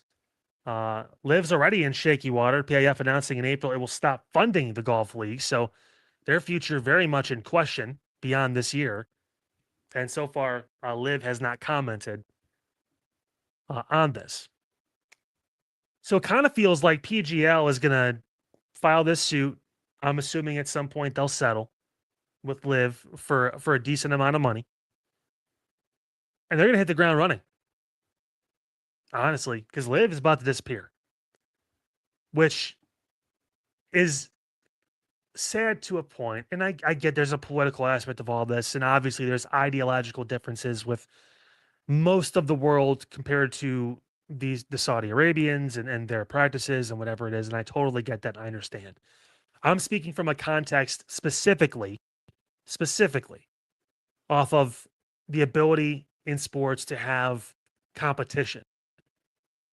I am wholeheartedly certain the PGA Tour has gotten better because Live has existed. Whether this is the last year, whether they find a new investor, whatever it is. I am thoroughly convinced. The PGA Tour has a chance now to look at what they're doing. They're doing different types of things. They're adding more money into these purses for these players because these guys are signing $100+ million deals to go play golf, 12, 15 times a year for this Saudi league. and they're playing all over the world. It opened the door, and I give them a lot of credit for this. Bryson DeChambeau on YouTube as a golfer is fucking hilarious. Like, if you have some time to go down a rabbit hole, you talk about daily spirals and you want to spiral down a hole, go watch YouTube Golf. Watch Bryson DeChambeau and Bob Does Sports. Two of my favorite channels. Just so funny, so entertaining. The golf is better on Bryson's channel. The golf is funnier, a lot funnier on Bob Does Sports. But this kind of thing opened the door because on a full tour schedule for Bryson, he's not able to make content for YouTube. He's unable to have these options to be able to do this kind of stuff. It's opened the door for more of these guys to get involved in the content creation space and entertain us and still make some pretty damn good money while they're doing it and not burn them out and not have the same kind of stuff over and over again. Competition is always going to be vital. And when you don't have it, sometimes, not all the time, but sometimes things can get pretty stale pretty quick. In the PGA Tour, when Tiger wasn't playing, people weren't really giving a shit. We had some good, like, I'm a big Rory fan. I love Rory. There's certain players that they bring it out of you in certain tournaments, but overall, it's like, whatever. This league gave the PGA Tour the blueprint to switch things up a little bit and be more open to certain stuff. Who knows what the new backers are going to be? If there are new people that decide to pop in and fund this league because it's been relatively successful, all things considered, maybe it lives on, no pun intended. But maybe there's an opportunity for them to be able to grow, to do this. I just don't know. I just don't know what their future is going to be, and this lawsuit doesn't help. But then you have like the indoor golf league that Tiger started, I think, with Rory, that plays during certain parts of the year. But this is a big deal. This is, like, remember in 2000 when the USFL became a thing, or the XFL, all that stuff, when that was around originally? Like, it felt like, oh, we got some competition. And the difference was LIV's been around for a lot longer, and they've been pretty good damn competition. They pulled a lot of the best golfers in the world to them. And a couple of went back. Brooks Koepka has went back. A few people have gone back to the PGA after a couple of years there, which, hey, you know what? Who wouldn't? Like, oh, we'll give you $200 million for 4 years. Okay, I'll play 4 years in this league, and then after that, I'll go back to the PGA. I'll make a shit ton of money, more than I'll ever make, probably playing golf on the PGA Tour, unless I'm Tiger and I win 20 majors, which just doesn't happen. I think Rory has like 6 now. That's considered otherworldly. Like, you just don't win that many tournaments and make that kind of money just from golf. So I don't blame a lot of these guys for going over, taking that, and then see where it is in a couple years.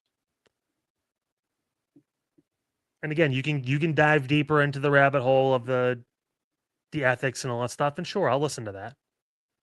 But strictly as a golf platform and as an ability to give other options to other people and to be able to make money and to be able to support their families and to be able to see the world, to be able to do something and open doors for all these other golfers and there's opportunities to do so, I mean, it did its job.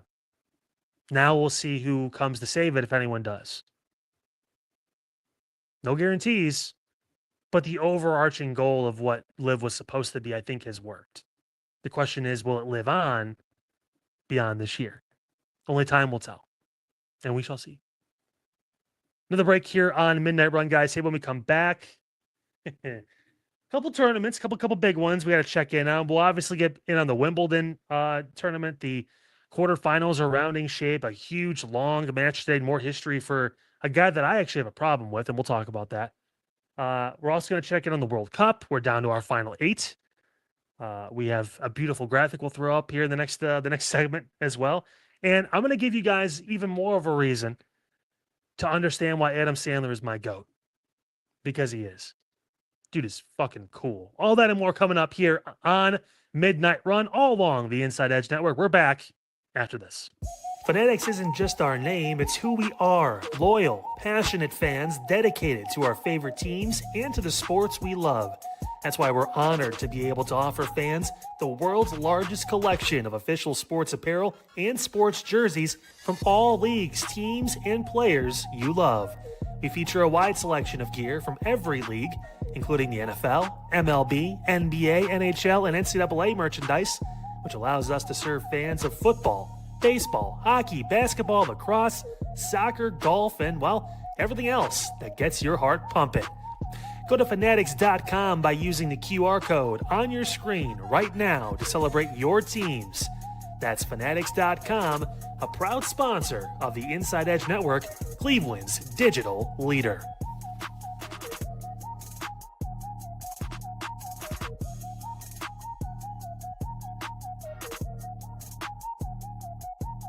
Small business owners are superheroes, but nowadays running your business means doing so inside your shop and on social media. That's why you should make Omega Video Marketing your sidekick. With a decade of content creation experience, I create dynamic, informative, and fun videos for your specific social needs that will increase brand awareness, get you more followers, and keep your social pages and websites current and fresh. I offer flexible pricing and turn times and will work with you to understand your brand and your story. All of that comes from the heart. My award-winning expertise is just the cherry on top. So let's get connected. After all, your brand is the alpha and my expertise is the omega. Discover our collection of handcrafted candles. That's right, every product is thoughtfully created in small batches free from harmful toxins for mindful everyday indulgence. Our candles are hand-poured in coconut soy wax with natural wood wicks, offering a long-lasting burn and rich fragrances. Create a cozy, safe ambiance for your home with candles from Alley Rose Fragrances. First-time customers use the promo code InsideEdge20 to receive 20% off your order. AlleyRoseFragrances.com, proud sponsor of the Inside Edge Podcast Network. Mosser Moments Photography is a husband and wife wedding photography team based in Cleveland, owned and operated by Inside Edge Network's very own Ryan Mosser and his wife Hallie. For the past 10 years, they've captured more than 100 weddings across Northeast Ohio and beyond, always working together as a true two-person team. Their style centers on authentic, emotional storytelling, documenting the real moments between two people in love and creating images that feel natural, comfortable, and true to the couple. Rooted in Northern Ohio but inspired by their travels, Ryan and Hallie bring a warm, personal approach to every wedding day. Their work blends experience, consistency, and a genuine passion for helping couples relive their best day through timeless photography. Learn more at MosserMomentsPhotography.com by using the QR code on your screen right now. MosserMomentsPhotography.com, a proud sponsor of the Inside Edge Network, Cleveland's digital leader.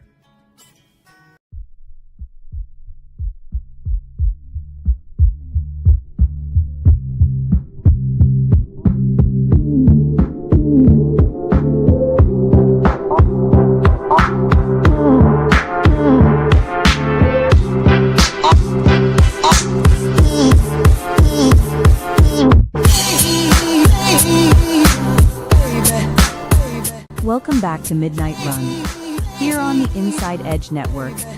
Here's your guest host, the salt to double A's pepper, Kyle Cornell.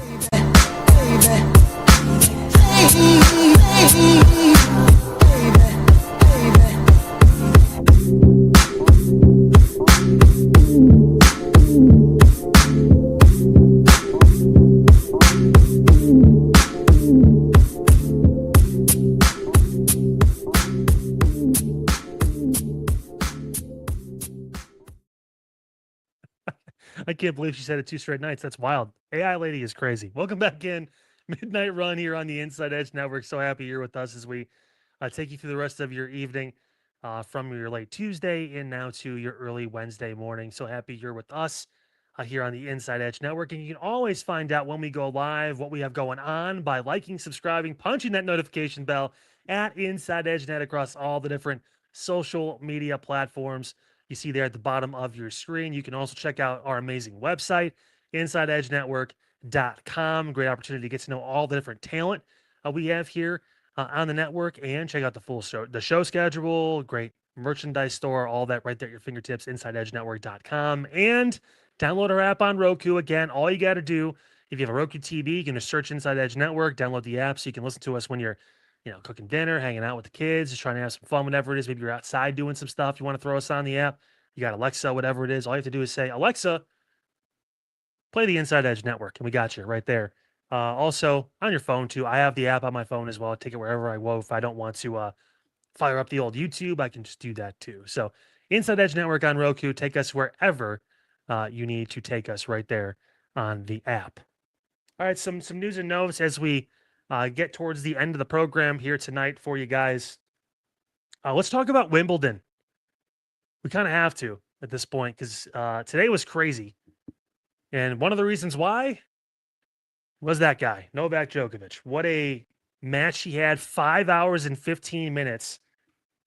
It was the longest quarterfinal in Wimbledon history. I think, honestly, maybe in Grand Slam history, 5 hours, 15 minutes in the men's quarterfinals against Felix Auger-Aliassime. He beat him 7-6, 3-6, 6-3, 6-7, 7-6. Sometimes I can say 6-7. There you go. I'm sure my son is somewhere in his sleep just doing one of these. But nevertheless, a crazy win for Novak. If you know me, I am also Serbian, but I don't like Novak Djokovic. I was a Rafael Nadal guy. I like the effort, the heart, the spirit. Djokovic, and I get entertainment, that kind of stuff. It's the slamming of the racket when he was younger and that kind of stuff. It turned me off to being a fan of his. And I get it. You get older, you get a little wiser, whatever it is. But still, just never was a big fan of Novak. Big fan of Carlos Alcaraz. He's not in the tournament. He's got a wrist injury. I like Jannik Sinner, and that's who Novak is going to face in the semifinals. It'll be Sinner and Novak. On the bottom half, Kobali and Ferry. Taylor Fritz, who's the last American standing on the men's draw, and Alexander Zverev, who won the French Open. They are going to be competing today now, 9:30 in the morning. I think they may actually be the first match. Yeah, and then Kobali and Ferry will be kicking off about a half hour after they do. It's not looking good for Novak just because Jannik Sinner has had his number for the most part. He did beat Sinner back in January at the Australian Open in the semis there. But still couldn't beat both of the big two. Remember, they were part of the big three. It was Novak Djokovic, it was Rafael Nadal, and it was Roger Federer.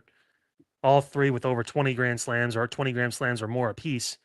Now it's Jannik Sinner, it's Carlos Alcaraz. Zverev finally getting his first Grand Slam after a bunch of attempts. And Taylor Fritz, though, has had his number, the American. Won his last 7 matchups against Zverev. So that's going to be interesting to see if Fritz can get the job done and do what he does best and beat Zverev and move on to the semifinals for the second consecutive year. On the women's side, there is one more American remaining in the semifinals. It's Coco Gauff. She had a big win. It was an All-American quarterfinal matchup with Jessica Pegula.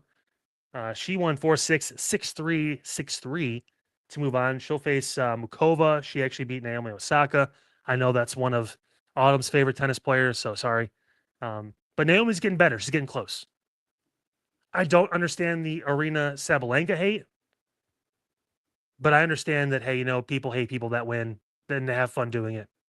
And afterwards, when she was very candid, I don't really want to think about tennis right now. I just want to go get drunk and forget about it, then try to get better later. Like that's a hell of a response.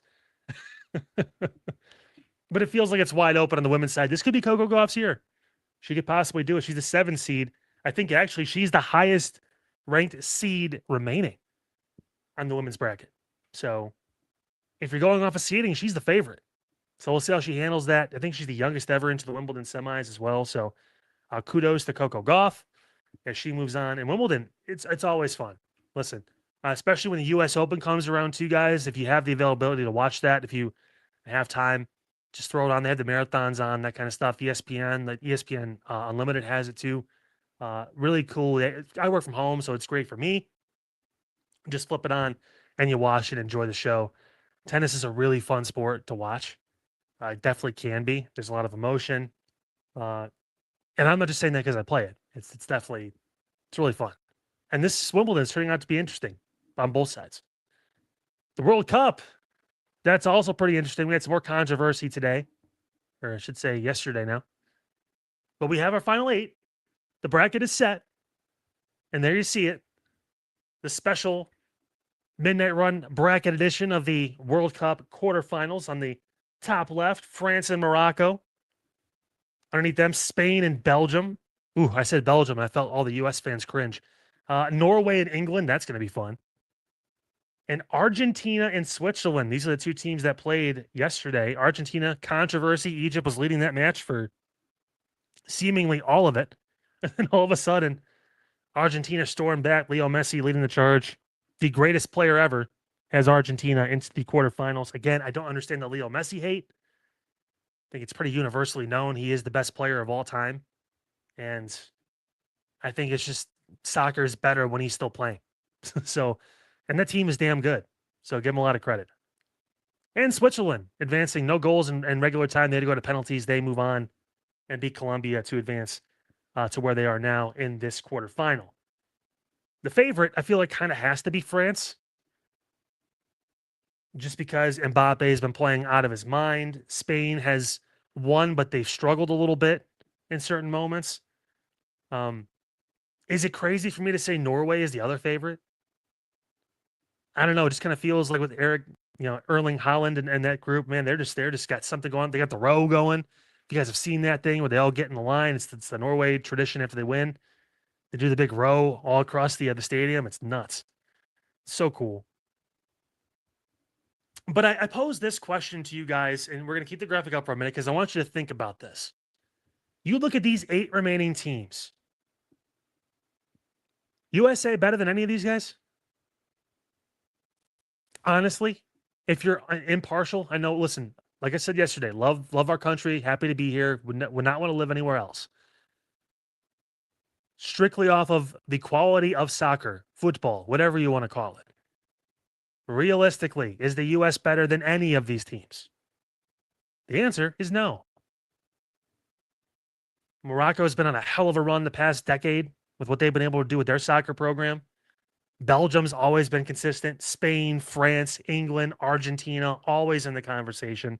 Norway, new, but a great team and a great player. Switzerland, another team that just always kind of seems to be around. It's just different. It's a different level of play. And what is it? I think 6 of the 8 teams are European. Morocco and Argentina. Morocco, obviously, Africa, and Argentina is South America. France, Spain, Belgium, Norway, England, Switzerland, all European countries. It's their sport. It's like if we had a World Cup for football, for like American football, yes, the USA team should be dominant. Dominant. Because that's our sport. But this is going to be fun. France and Morocco is going to be a great match. Love it. Spain and Belgium may be the one that I'm not looking forward to the most. Argentina and Switzerland's close, but you kind of expect Argentina to win that. Norway and England should be fucking awesome. If you're going to watch one of these, I think France and Morocco is close, but I think Norway and England's going to be a really good match. Those are 2 really good teams with really good individual players too. That's going to be fun. Way to burst out of the scene for Norway too. Wow. But a fun final 8. Hope you're enjoying the World Cup, even though the USA is not a part of it anymore. But got some great matchups as we get closer and closer to that final. I think it's, July 19th or something like that? Should be great. And the last thing I wanted to bring up here on Midnight Run before we head it out, and this will be the last thing I talk about on the show, is my time as guest host is nearing an end. Saw a really cool story about Adam Sandler this past weekend. Yeah, there he is, just chilling on a basketball court. You can tell where he is. He sticks out because he's in the middle. Only guy I know that wears polos to play basketball, but listen, he's my GOAT for a reason. This dude on Friday officiated Travis Kelce and Taylor Swift's wedding. And then on Sunday said, you know what I want to do? I want to go play pickup basketball in Massachusetts. He's calling the city asking about, hey, do you guys have a court? Like, where can I go play? He goes, he shows up, he meets a bunch of random people, these kids, all this stuff. They have a great time. he stays, he hangs out, takes a group picture. This is coming off of the story I had on Unfiltered. I believe it was last week, where he calls Rob Schneider every week for the past 30 years just to check in. Adam Sandler's the fucking GOAT, man. This has got to be the coolest dude. Maybe he's up there of all time. Like, so fucking cool. One of my favorite comedians, too, of all time. One of my favorite actors of all time. People still ask me if I'm Jewish because I sung the Hanukkah song in 5th grade as a tribute during my book report that I was doing on him. And one of the things was, you could, instead of writing up full paper, you could just, do some sort of presentation for the class. And I brought the guitar up and sang the Hanukkah song, edited, of course, because I was in 5th grade. Couldn't say certain things, but worth it. Worth it.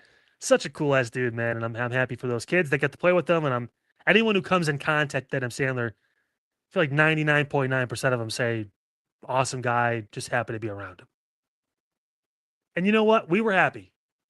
And I was happy to be with you guys here on Midnight Run for these 2 nights. Appreciate you letting me into your homes, wherever you guys are, as we wrap up the show here. I believe Eli's taking over the ship tomorrow through the end of the week. I had a great 2 days. I know Double A is going to have a lot to talk about. Make sure you guys tune in to Unfiltered, my normal show. 5 p.m. Monday through Friday. Again, we're on vacation this week. There's some reruns playing, some great episodes, though. Check them out. See if you like it. Tune in next Monday. We'll have our new episodes again starting back up. And I'll give you guys a hint. I do a thing at the end of the week called the Meme of the Week.